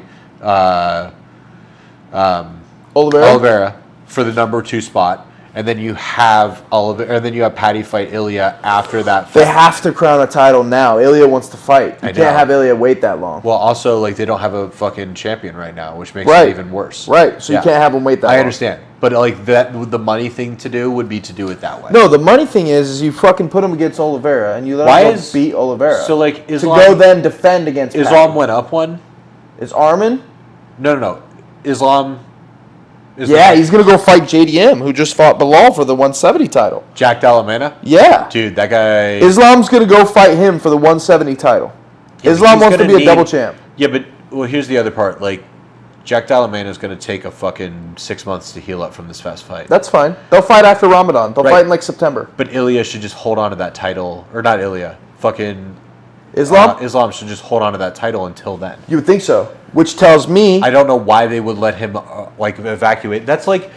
I don't know. You know why? Here's why. I'll tell you why, Alex, because I've been in the game for a while now. Tell me why, Mikey. He vacated the title because he didn't want to fight Ilya Topuria. And the UFC said... Rightfully so. Listen. Ilya's a fucking scary person. Right. And the UFC said he would rather... So here's what happened. The UFC said, listen, if you want to fight 170, that's fine. But you're not going to do that because this fight's going to cause damage, and they're not going to fight till September, let's call it, right? Yeah, but I think that you forced John Jones and... what's his name? Aspinall. Rather than making Islam and... Well, it's Ilya not... happen quickly. Well, yes and no, because we don't know if John Jones truly wants to fight again. Well, we know Islam wants to fight again. John Jones has one more big fight in him. He's pushing for all the money. He's doing the right thing. And he's probably going to kill Aspinall. And then he will vacate that title. I don't think he kills Aspinall. You don't think so? No. Why not? I think Yes, I'm fascinated because first of all, father time always wins. I think that cocaine's a hell of a drug. I agree. The more active fighter is usually the more successful fighter. And I also think that Tom Aspinall is too fast and too skilled all around to lose to John Jones at this point in time. Wild. Because John Jones, the guys that he's fought over the last 5 years, he has severe skill advantages over. Severe. Do you think that Aspinall's a more even match for him? I think Aspinall's a better version of him. That's an interesting way to put that.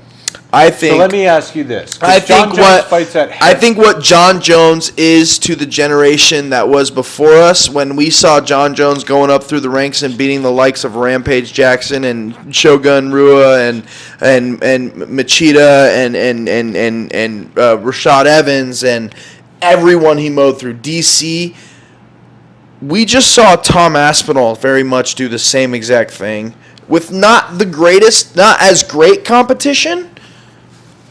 Hold on. But man, Tom Aspinall's so fast. He's so good at jiu-jitsu. Hold on, he's Mikey, such you a have good to clarify wrestler. that, because not the best competition is the most bullshit statement. Like the heavyweight division the last few years has been dog shit. It has been awful. Since Francis Ngannou left, it has been horrible to watch. I agree and disagree in the sense that Khalil Roundtree is like the one saving grace, but he's not. He's a light heavyweight. Yeah, and so the heavyweights that I like are like Curtis Blades, but I hate Curtis Blades. Right? Derek Lewis, like you have the heavyweights right now. The heavyweights right now, I'll say this: they used to be a lot more well-rounded. Yeah. Right now, they're very singular based. So what I'm saying is that it's easier for John Jones to go through the heavyweight division right now and pad his legacy because they're not great all-around fighters. He can out-wrestle any of them, which we very clearly saw when he fought Ciryl Gane. Put that back on your... You know what I mean? Sure. Sorry. When he fought Ciryl Gane, he took him down and choked him out in 45 seconds. Yep. When he fought Stipe, we knew what was going to happen. But Ciryl Gane also couldn't get through Francis Ngannou. I think Jones and Ngannou would have been the biggest fight that could have ever happened. For sure. If Francis had and you want to know what's crazy? Well, Francis fucked up their relationship with the UFC. You want to know what's crazy? What? I think John Jones would have beaten Francis. I think he would have too. But that's because Francis isn't a good grappler. Correct. But Tom Aspinall's a black belt in jiu-jitsu. Yeah, but I think that John Jones goes against better black belts on a regular basis. He's still training with fucking we're talking about the Donner clan, right? No. For jiu-jitsu? Oh, you're talking about Gordon? Yeah. Yeah, I mean, Gordon's the best pound-for-pound grappler on the planet. Yeah, planet. but like because you're training with Gordon for 12 weeks doesn't necessarily mean he's with you all the time. No, but you're going against the hardest opponent that you can. Sure. For your training. Sure, but I think that Because I First think and foremost, I think that in jiu-jitsu, Aspinall versus Gordon, who wins? Gordon. right, but it's not going to be just jiu-jitsu. Here's the thing. I understand. John Jones is scary as fuck. Here's That the right thing- hand here's the hits thing is hard. that what wins in the heavyweight division? Usually speed. Usually. Do you think that Aspinall He's is faster so than John? much faster. Oh Okay. my God, so much faster. Go watch the Sergey Pavlovich knockout. Are you talking about total body movement or like striking movement? everything? Okay. The dude is faster. He Okay. gets to his spot quicker than John could get to his spot. And when it's a matter of inches and it's a matter of seconds, doesn't matter how hard you hit or how good your takedown is. If he beats you to the spot and you don't see it coming, it's lights out. That's the game. I think that John beats Aspinall. I hear you. I know I have the controversial take. I just think Tom's too young. I don't think that you have necessarily the most controversial take because, like, the last fight, like Patty versus Chandler, I called Patty immediately. Oh, yeah. Because Michael is a scary individual. But his chin's gone. Well, His time is up. And that's the thing. Like, Yeah. Father Time is undefeated. Yes. Now, the other part of that Father Time is undefeated, though, Mikey, is in the heavyweight division, Father Time It's useful. Is Usually. longer. Right. It's much longer. He's also above 40 now, though. Yeah. But, like, I think that, like, literally the better fight, like, I think that if John beats Aspinall, His legacy will never be touched. well, also, I think that there's one more fight that they could do. And that's if they let Francis come back. That would be the biggest fight of all time. It would be $1 billion fight. I think Tom Aspinall beats Francis. Well, that would be a chance that I'd be willing to take. But I think that in the hypothetical that that John beats Aspinall, That would be an insane fight. If they could bring Francis versus back. dude. But I think It would be the biggest that's fight of like all the time. new Mayweather Pacquiao, dude. That fight is 7 years past when it should have fucking happened. Yeah, 100%. And I think that that's like exactly what we're talking about. But I think it's a big enough payday for everybody, and it would be exciting Probably. enough because both of those guys are just going to try I don't know and though, knock dude. the We're fuck talking out of about each other. we're talking about paydays for UFC, bro. The UFC did not renew their deal with ESPN, which tells me one thing: the pay-per-views aren't selling the way they used to. No, You that's wanna not know what why? that means. Because everybody's been streaming it, Well, which is why they're looking at Netflix to be their new partner. right. So here's the thing. In order to watch the UFC Fight Pass, you have to subscribe at like $11 a month or $12 a month or whatever it is. Well, no, it's not even the Fight Pass that allows you to see the pay-per-views. It's ESPN Plus. No. That's what I'm saying. ESPN Fight Pass is included in ESPN Plus. ESPN Oh, okay. Plus is like what, $10-12 a month?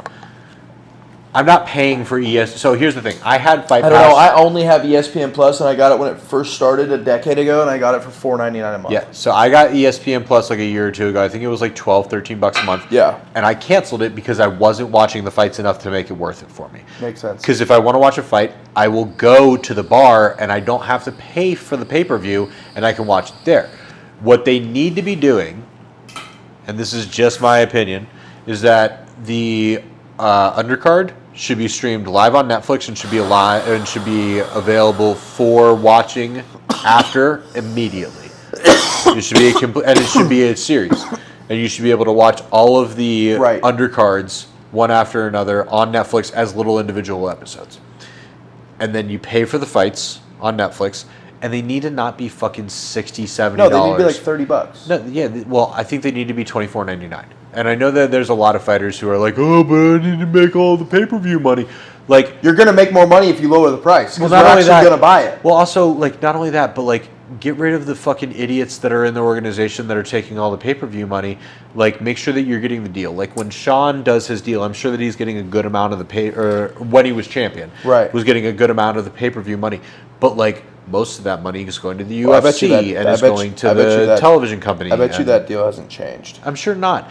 But like, the greed that's involved with it needs to be equitable for all parties involved in order for it to be successful. For the appropriate parties, though. Well, for all parties. Yeah. In order for it to be successful, everybody has to be successful. And the problem that they have is that when people have control, and this is the same thing with Hollywood and producers and like heads of studios and things like that, when they have all the control, they see themselves as having all the leverage, which is correct.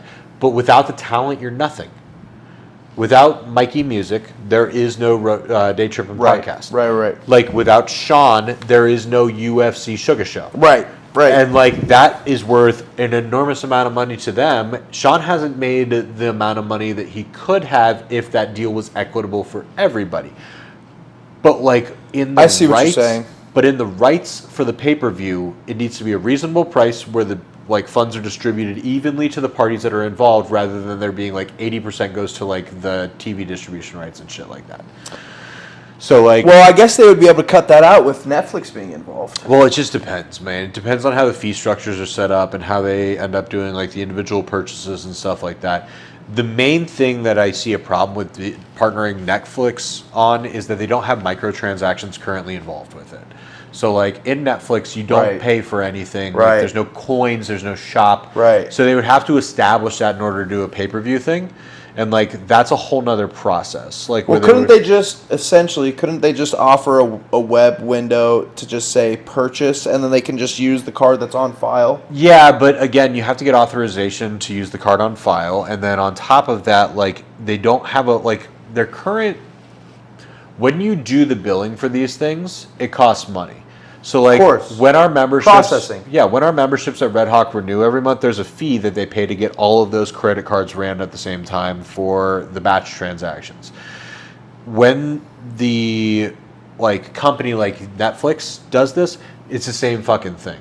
They have to have an agreement where they're paying through there, and then there's got to be a infrastructure in the app that allows them to have a approval and a microtransaction where it says all of the disclaimers and all that kind of stuff. That makes sense. There's They similar don't processes. have that currently. They would have to develop that whole fucking process. and that's an investment. Whereas Amazon already has it built into the Prime app. Yep. Because you can buy videos and buy movies on there. Yep. Hulu, you can buy movies and you can buy videos on there. So you think they're going to go elsewhere? Well, I think that the smart idea. Okay, so Netflix has a lot of viewers. Netflix is also very hungry for more, and they're not getting any more market cap. Well, and they just got into the streaming business. Well, so- and they're spending a lot of money on streaming that Yeah. they don't actually like have a bunch of capital for. So like it's just like Netflix was very, very profitable when it started. And I think that it's become less profitable as it's gone on, and I think that it will not be the most profitable thing like going forward, because like these services like Amazon Prime, where you have like I can buy a TV series from like 10 years ago that's available on no other app, like is an incentive to be there. And then when like the UFC wants to do pay-per-view, cool, we've already got the infrastructure in there. All we have that's to true. do is set it up as a one-time purchase. Yeah. That is smart too. I wonder. And Do the streaming world is going to kill like all network TV and network everything? Yeah, I mean, it's already started to do Yeah, that. It's I just know. a matter of like completing that process, and the old networks are scrambling to keep up, and that's For why sure. they've And all they're got already it. late. Right, and like that's why Yellowstone is so important to like what is it, NBC or Whatever the whatever? channel Yeah, whatever is. the Yeah. fucking channel Yeah, is yeah, that does, because that's like the only hit show. Like Taylor Sheridan's been writing the only hit shows on TV for like the last 5 years. Yeah. And like TV's dying so hard that they need to, and actually it's Paramount. Paramount is doing that one, and like they just literally are just drowning, and they're just doing whatever they can to try and save themselves. Is that why you think all these streaming services is coming out with their own shows now too? Though is that Yeah. because they're just they need that next show that's going to pop, so they bring in that more. Well, it's also more cheaper for capital them to do it themselves than to have To buy the rights Yeah, of to another buy show it that's from already out somebody there. else who's already made it, Yeah. because they're marking it up and Right. all those other things. And they already have the studios that they can work with to Right. do those things in and stuff like And that. then as too. AI develops, it's going to get cheaper and cheaper, Yeah. and it's a good investment for them in the long term. Makes so. sense. I think that's good. I think that's probably good. Let's before we go, Okay. I did want to talk about one thing that we referenced, I think, on my first episode. Okay. Did we talk about plane crashes?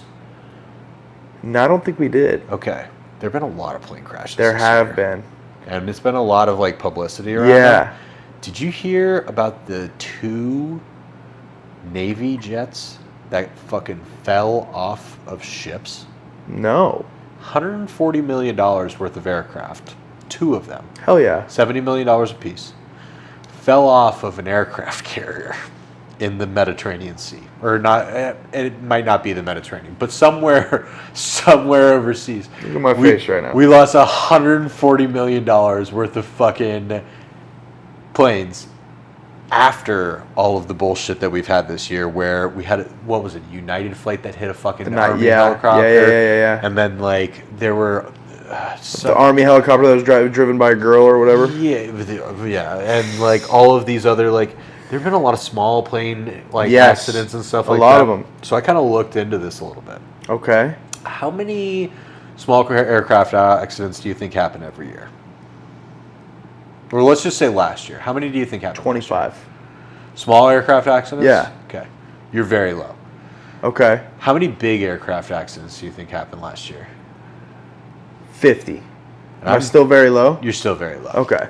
Are we talking hundreds? I hope you're not flying anytime recently. So, small plane crashes in 2024. Single engine aircraft, 1,006 of them. In 2024? In 2024. Okay. It's the lowest number since 2006. Okay. So at least 1,000 per year. Yeah. Okay. In the United States. Okay. That's a lot. What the fuck is up with planes? In more than one plane or one engine accidents during last year, there were 411. Okay. So 2 engines and above, there were 411. Okay. So total, there were 1,417 right. Aviation accidents last year. How many of them do you think were fatal? How many of them were what? Fatal. Like engine failure? No, fatal, where a person died. Oh, probably most of them. No. Really? Yes. Not a lot of them. Let's say 10%. I think you're low. You are low. It's like 25%. Okay. So 1 in 4. Yeah, and actually it's 20%. I'm sorry. 1 in 5. 1 in every 5. Yeah. So 258 of those accidents had a fatality in them. Okay. And some of them were multiple fatalities. Okay. So basically. So you're saying 1,450 happened last year and 250 of them died, or 260 of them died. Yeah. And what are the numbers this year? We are already at 115 accidents, and there were like 97 fatalities on the one plane that happened in the United flight, because there was like 4 or 5 people on the helicopter and then like 78 people on the plane. So it's going to be a little higher this year. So what's your theory? I don't know, man. I just am like sketched out my planes and like... Flying this year? Well, no, I've always hated flying. I'm too big to fly. My knees fit in the back of the fucking seat in front of me. It's the worst fucking 4 hours of my life every time I fly home. Small engine aircraft sketch me the fuck out. Like, I've had buddies who are like, I fly a Cessna. And I'm like, cool. And they're like, you want to come in? I'm like, fuck no. Because, like, I just don't trust small aircraft. And then, like, the Army losing fucking $70 million jets off. Yeah, like, that's a little sus. Oh, yeah, dude. Like, I'm just like, well, are we going to get them back? Oh, yeah. Are we going to fish those bad boys out? Like, it fell off the boat. Are we going to grab them? Yeah, we have cranes. Yeah, do we turn around? Yeah, literally. No, for real. We put $70 million in that motherfucker. We're going to go just not put that in the ocean, right? Well, also, like, who else could come grab that? Yeah. Wait a second. We're like, oh, well, we can't let China get any of our technology. It's like, yeah, but you drop a $70 million F-17 Two of them. Yeah, 2 of them. Not just one of them. Off the side of your boat. 2 of them. And, yeah. like, you're and not going to go turn get that bitch around? Yeah, it's like, China's got submarines. Yeah. China's got more shit than we do. Yeah, they probably have a boat with a crane underneath. They actually probably plan that and have a fucking boat ready to go. How wild would that be? You know what I mean? Dude, but like, yeah, I saw that we had lost our second F-17 off the side of a fucking aircraft carrier, and I'm like, how do you roll a F-17 off an aircraft carrier? One of them was in tow, which means that it's gone the big lasso that throws it off of the boat. So, like, do you know how those aircraft take off? Yeah, bro, they fucking launch them. So it's got a hook on the front of the plane, and that is attached to a cable that's got like some... It pulls it. Yeah, it's like hundreds of thousands of pounds of tension. Yes. And it fucking throws it basically it at launches like it. at a couple hundred miles an hour. Yeah. I don't think that the engine's ignited on, and the aircraft pilot ejected and then landed back on there for the one that was in tow. And then the other one, I think, just fucking wasn't secured on the side and just fucking fell off the side of the boat. Wait, so you're saying he launched and he didn't have his engine on? Well, I don't think that the engines when you go, you have the engines on. I think they stalled after like the thing, and like if you don't take off in those first like 50 yards or whatever, after you're cooked. Yeah, your plane goes in the ocean. Yeah. So then you eject and you fucking get out of there. But like if you eject and like it fills with water is the only reason that I would think that you would leave a $70 million aircraft at the bottom of the fucking ocean. Like it can't and it's not even like it's the Pacific Ocean. This is the Mediterranean. Yeah, or like the Atlantic. Yeah, it's not like the Marianas Trenches. Yeah, right there. No. Like, go down and fucking get it. Yeah, go get the fucking parts. Right. Go salvage something. It's also the same thing as like when they were in Iraq and Afghanistan. Oh yeah, we're gonna leave all the fucking tanks and all the Humvees. Yeah, it's like, did you see the parade that they had with that? Yeah, and it's like, how much would that cost to like just drive it into another country? Like, way less than it's worth now to leave it there. Well, we have fucking Italy as a port for Navy ships. Bro. Like, just drive that shit to Italy. Yo, we could have just driven it. Fuck that. We could have driven it to fucking any of our allies. We could have driven it to Israel. Any of them. We could have literally driven them to Israel. Anywhere. We could have driven Just be like, hey, hold this for a second. Yeah, Ukraine. Yeah. Could have driven it to Ukraine. Yeah. Ukraine's right there. Yeah. Yeah. Literally. And then we're like, no, the Taliban. No, we're going to leave it for the Taliban. Taliban can have it. Yeah. Yeah. We armed them and funded them in the past, and now we're going to do it again. Now we're going to do it again. Yep. To use another attack on us. Yeah. The funniest thing about politics, and you said you wanted to talk politics a little bit during this, it just repeats itself, and it's bullshit. Well, history. Yeah, always. Yeah. But like, we're on this real short cycle now. Like, people's attention span is not keeping up. Yeah, that shit is getting real fast. Yeah. Real fast. It was Desert Storm in like the early 80s, before you and I were born, that they were doing, when Osama bin Laden was like made. Yeah. By the U.S. government. Yes. And then like less than And that's 30. confirmed at this point. Oh, yeah. That's for sure confirmed. It's 100%. Yeah. 100%. Like, we're 50 years now later, and we're still dealing with it. That being said, Israel was arming Hamas. Like, same shit. Yep. And like, I feel like these countries do that on purpose in order to like have a justification for the war that they want to have, so that they can like make a bunch of money. And I really think it's gross.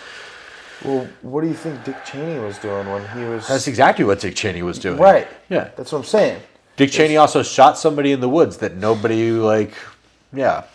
Allegedly. Don't come for us. Well, no. He definitely shot somebody. Yeah, he definitely shot somebody. Not alleged. That's not alleged. That's not real. alleged. That's real. But yeah, dude, like, I don't know. Like, some of the shit that we do is baffling, and like a lot of it doesn't make a lot of sense. And it's like, oh, we're gonna save this amount of money. It's like, okay, but like, how much are we losing in assets while we do that? Yes. And like, I think that a lot of the thing is like, a lot of these business people, especially that get involved in the government, they're looking at it like... So when you have those kinds of opinions, sorry to cut you off, but what is, because we talked about this off camera before, what is your opinion on Trump then? Because how do you, and let me kind of give you some more context here. Sure, yeah. What do you his mineral deal that he just did with Ukraine, so you're talking about how people, were just doing shit without any really, like, we're just doing this repetitive cycle without really getting a benefit out of it. Yeah. So at least... This is the same shit that we did in Africa in the 90s. You're not wrong. Yeah. Okay. So you think it's relative to that? I think that there's a lot of bullshit that goes on with like the foreign relations and like the deals that go on, and I don't know how much of that will actually become reality. That's my main thing. Okay. Like, it's cool that Ukraine's got lots of minerals and like they're rare earth minerals, but like if they pass legislation that says that they can't mine those minerals because it's like not like safe for their people, then none of that shit's worth any money. That's true. So like, there's definitely caveats to like the whole conversation, and then the other part of it is like, it's such a gross thing to like help somebody just because of their minerals. Like, I'm not in support of the war in Ukraine. Neither am I. I'm not in support of Russia or Ukraine's side in it. I think that it's stupid for the Ukraine to still be fighting. I think that they should have... Do you think that it's justified, the Russian side? Whether you agree with it or not. When the war started, I did not. At this point, yeah, knowing all the facts, I think that they're more than justified, because the leaders of the Russian Federation had drawn lines in the sand for a long time. And the NATO allies basically just kind of like, we're going to step over that. Yeah. And then Russia would draw a new line. Yeah. And then they would step over that.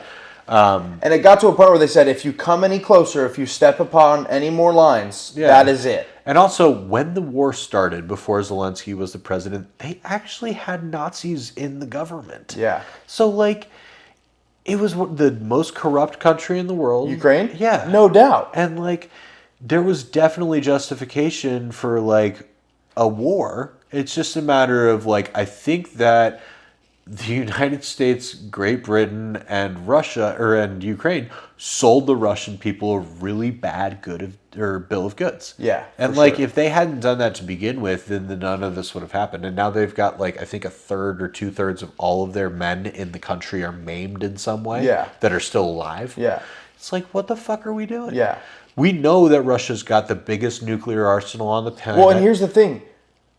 They are the biggest mass of humans collectively on the planet. No. India. For war? Yeah, for war. They've got more expendable people. But, like... Okay, relative to Ukraine. They would... Russia can send men for the next 20 years, and there's no problem. Correct. Ukraine can't do that. But also, like, Ukraine doesn't have nukes. Yeah, and right. If Russia wanted to end this war... They could. They could have second fucking day. Yeah, the second it started. The second it started. He literally could have just been like, goodbye, Kyiv, and like just dropped 3 nukes around the city and it would have been gone. Right. But like, he understands that would create a bigger effect in the world. For sure. And like, Vladimir Putin's not stupid. No.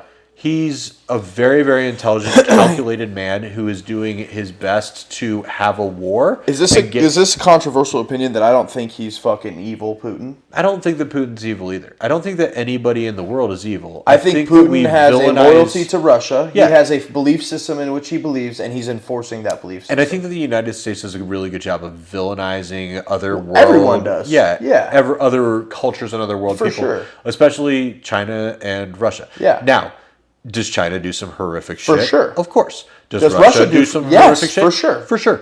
Do we do some horrific shit? Absolutely. Absolutely. Yeah. Yeah. Like, listen, you take any other business in life, to get to the top, sometime it might be a little dirty. Yeah, and like there are still people in the United States that are in jail for marijuana laws, even though it's legal in most of the states. 100%. Like, the way that the process works in the United States is not like what benefits the most amount of people. It's what makes the biggest profit for the people that are at the top.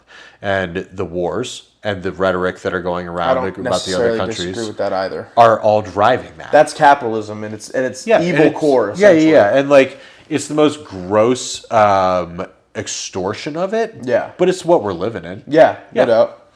It also allows for the most, I guess we would call it like free trade complex, but like the ability to make a life for yourself at a general level. It's harder and harder. It just depends on what you're doing. Yeah. If anybody is watching this and is a young person, I would encourage you to go and get your degree in something that's very hard. And stick with it and get it, because it's the only way you're going to be able to get ahead right now. Talking about like AI or like engineering? Just or anything that pay, like literally what you should be doing is Googling what makes $120,000 to $200,000 a year and be going after those. Like, because that's where you're successful at right now. Is like when you're in that 6-figure, like 1 to 2 range is when you're actually doing well, and you can get comfortable. And like that's where you like want to be. Like both of like my older sibling and his spouse are both making like 120 plus, and they live an amazing life because of it. Right. And like I think my youngest brother's doing the same. My younger brother's going to be a doctor. He'll be about in that range.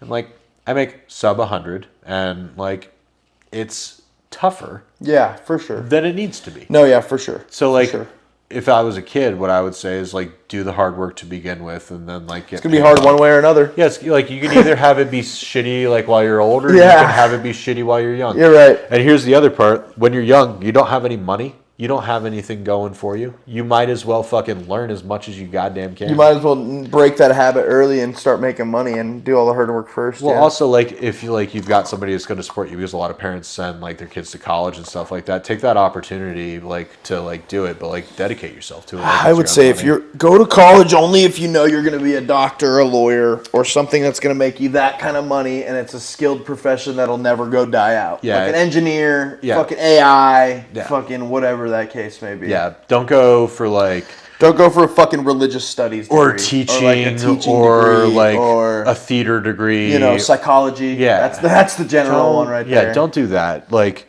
if you're going to go to college, just to go to college. Make it worth it. Yeah, like, if you're not going to get a degree in something that's actually real, like, don't. You know what's crazy is my job right now, I won't obviously state it, but they offer specific education. Yeah, mine does too. To pay for? Yeah, and like you have to stay with the company afterwards, and I'm just not interested in that. Oh, I don't have to. Oh, nice. So mine is like, if you complete it, you complete it. You can take it with you. Now, we hope you stay here, but like, and obviously there's job openings that you can move up into after you get more education and stuff like that. I think with my company, it's like a 2 or 3 year commitment after you graduate that you have to stay with the company. No, ours is not. No, That's you could literally get your degree and dip. Nice. Like if you really wanted to. Because I'm going to go back and get mine in either a mechanical or electrical engineering degree. So I was thinking about doing AI, Gen AI. Well, are you talking about coding?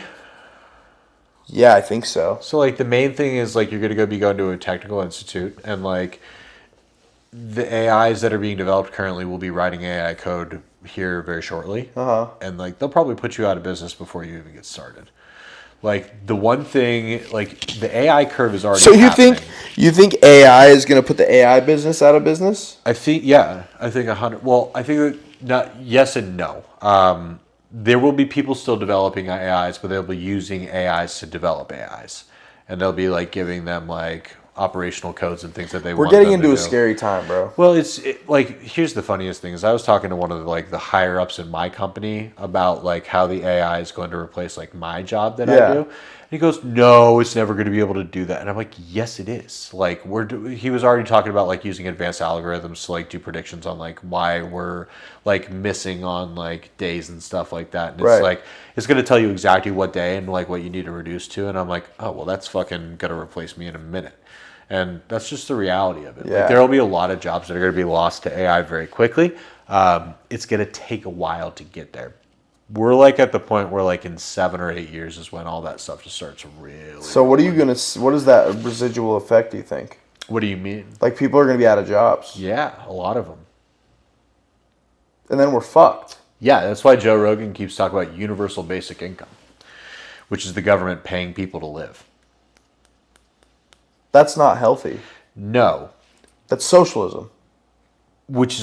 So here's the thing, Mikey. Socialism is great if you can make it work. It's never worked in history. It has never worked in history. We've never had AI in history. The main argument for universal basic income is that there are going to be enough jobs that are replaced by AI that where are all the funds from that AI going? To the corporation that owns the AI, right? Sure. So the taxes on that has to be enormous because there's no people. So when they tax that at that rate, they get taxes when they have employees. Well, there's no employees because that's what I'm saying. That's why they're going to get taxed higher. I'm saying the opposite. That's that they get tax breaks when they have more employees. Because all of the employees are gone, they have to pay 70-80% in taxes. And then that gets distributed out to the people who don't have jobs because of AI. That's what universal basic income is. I still don't like that. I know you don't like that, but here's the deal. There are a bunch of teachers who are never going to have a job because they can't compete with an AI system that's going to be the most efficient learning system and things like that. There'll still be like special schools, like charter schools, where like people pay to go and send their kids to an actual person that's going to teach them with AI supplementation and things like that. Right. But like, do you want like Karen, who's like unstable and going through a divorce, teaching like your 5-year-old or your 10-year-old like what's going on? Well, no, personally, and I'm going to homeschool my children. Right, and that's the thing. So like those things will become more and more the norm, where like the kids just trained online rather than going into an actual environment. And again, how many school teachers are there in the nation? And what are they going to do? Fuck. Yeah, man. Yeah, that's kind of scary. There's way too many people, and there won't be enough jobs after a lot of this stuff is eliminated. Here's another fun one. Real estate. Do you know how easy it is to put together a real estate contract? Oh, yeah. Yeah. That'll be replaced by AI almost Yeah, immediately. realtors are gonna be fucked. Yeah, and it's funny how they're not pushing back against any of this stuff, like because they've got this enormous lobbying group and like the realtor Right. association, because every realtor pays into that every year. So like they've got this enormous amount of funds, and they're not fighting AI, even though it will replace realtors, and they don't even know it yet. Yeah, because at that point they're going to be able to have electric locks on houses, and the AI can just unlock the house and But show the it. mainest thing, not only that, man, it's way, way deeper than that. The AI has already passed the bar. Yeah, I saw that. So for writing a contract, And they already passed the verification system showing that they're not robots. the Turing test. Yeah. Yeah, so basically, like, they're going to be able to write contracts that are actually cleaner and make more sense than a human would be. And maybe you have to have one person review every, 1 in 100 contracts because there's, a flag on it for some weird stuff. Yeah, to audit it. Yeah, but, that eliminates, thousands of jobs into one job. For AI. Yeah, just by having an AI system and then one person to double-check shit. So everyone that's going to be creating these AI systems is going to be making a lot of money. Yeah, so OpenAI, the one that does ChatGPT. Yeah. And then Microsoft and Google, Twitter. Oh, the Grok. rich just get richer. Yeah. So that's part of the whole thing is these large companies that and BlackRock and all of the investment firms Yeah. are all invested in those guys. So all it is an upward transfer of wealth, and that's why they would need to be taxed at such an aggressive rate in order to pay for a universal basic income, because you're going to eliminate millions and millions of jobs. But that's what they want. Yeah, they want more money and more power with less people's input and control. Yeah. Yeah, And they want us to just stay home and rot. Right. But again, that's why the war is coming eventually. Yeah. I don't know when. Americans won't stand for that. Yeah, there'll be a breaking point at some point. Yeah. We're not there yet. I don't know if we'll be alive and we'll probably be alive. I don't know if we'll be war ready. You think so? Well, I'm armed, and I'm armed for that reason. I'm saying, do you think it's in the next 20 years? I don't think I would have bought what I've bought and gotten myself ready if I didn't think it was in the next 10 years. Again, I think I lose my job to AI that I have currently if I don't leave in the next 10 years. And I think that a lot of people will have that. And when that starts to happen, I think it's a cascade that happens in less than 3 years. Domino effect. Yeah. Yeah. And then, where do we go? Either, We're only going to sit on our ass for so long. well, it's either a utopia where everybody's got enough money to pursue their passions and, we've got, robot helpers and shit like that are, assisting with our daily lives, or it all falls apart.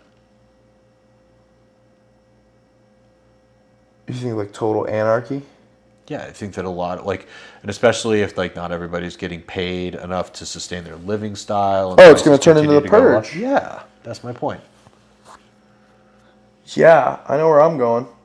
Here? Well, if you're still around. Well, there'll be a farm at some point. Yeah. I've got a couple farms in mind that I'm going to go to. Yeah. And it's a good thing I want to be a pilot in the next 10 years because I do want to. I will not get on your small aircraft. It won't be small, so you don't have to worry about that. I will not get on your large aircraft.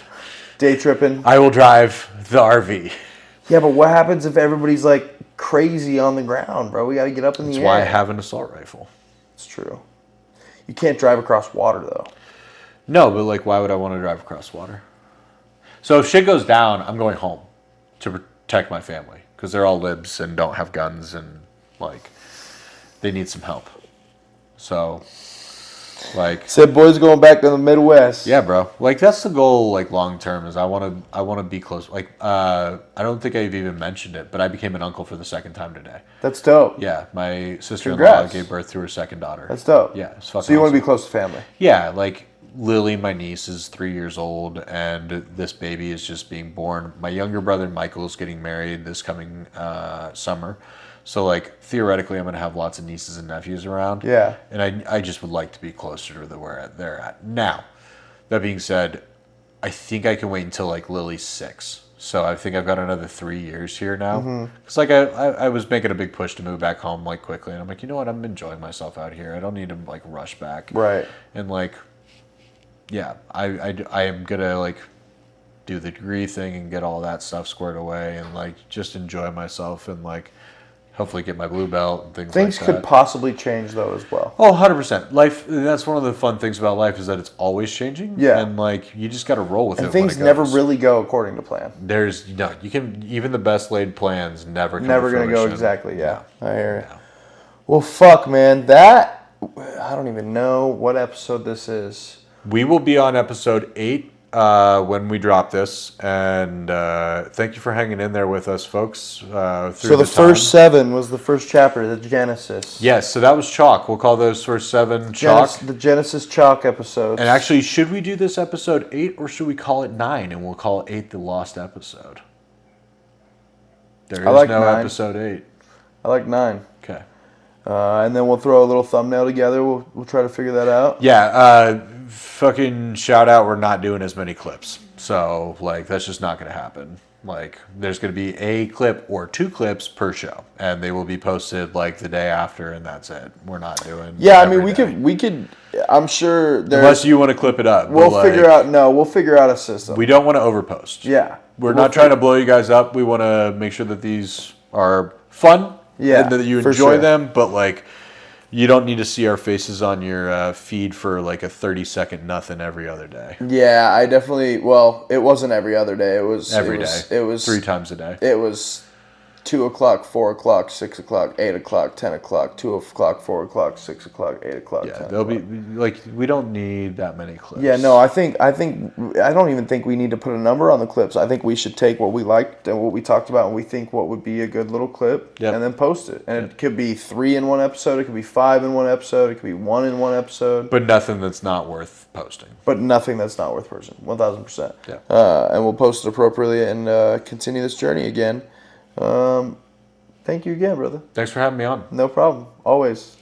Anytime, brother. Thanks for your living room. Yeah, absolutely. Thanks for the new stew. Yeah. You know what I mean? Yeah. This is DayTrippin with Mikey Music, ladies and gentlemen. That's my boy Alex. He's in here full time now, so he's definitely going to be the behind the scenes, the editing, producing, camera angles, all that such, and kind of taking a grasp on that. And then we'll just continue to do the content, have fun. That's what we want to do.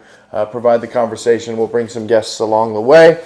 And just like I always say, we're going to be having a journey. Come along, and we'll be taking some trips. And we got some things in the future still planned. So check out our episodes here in the past as well.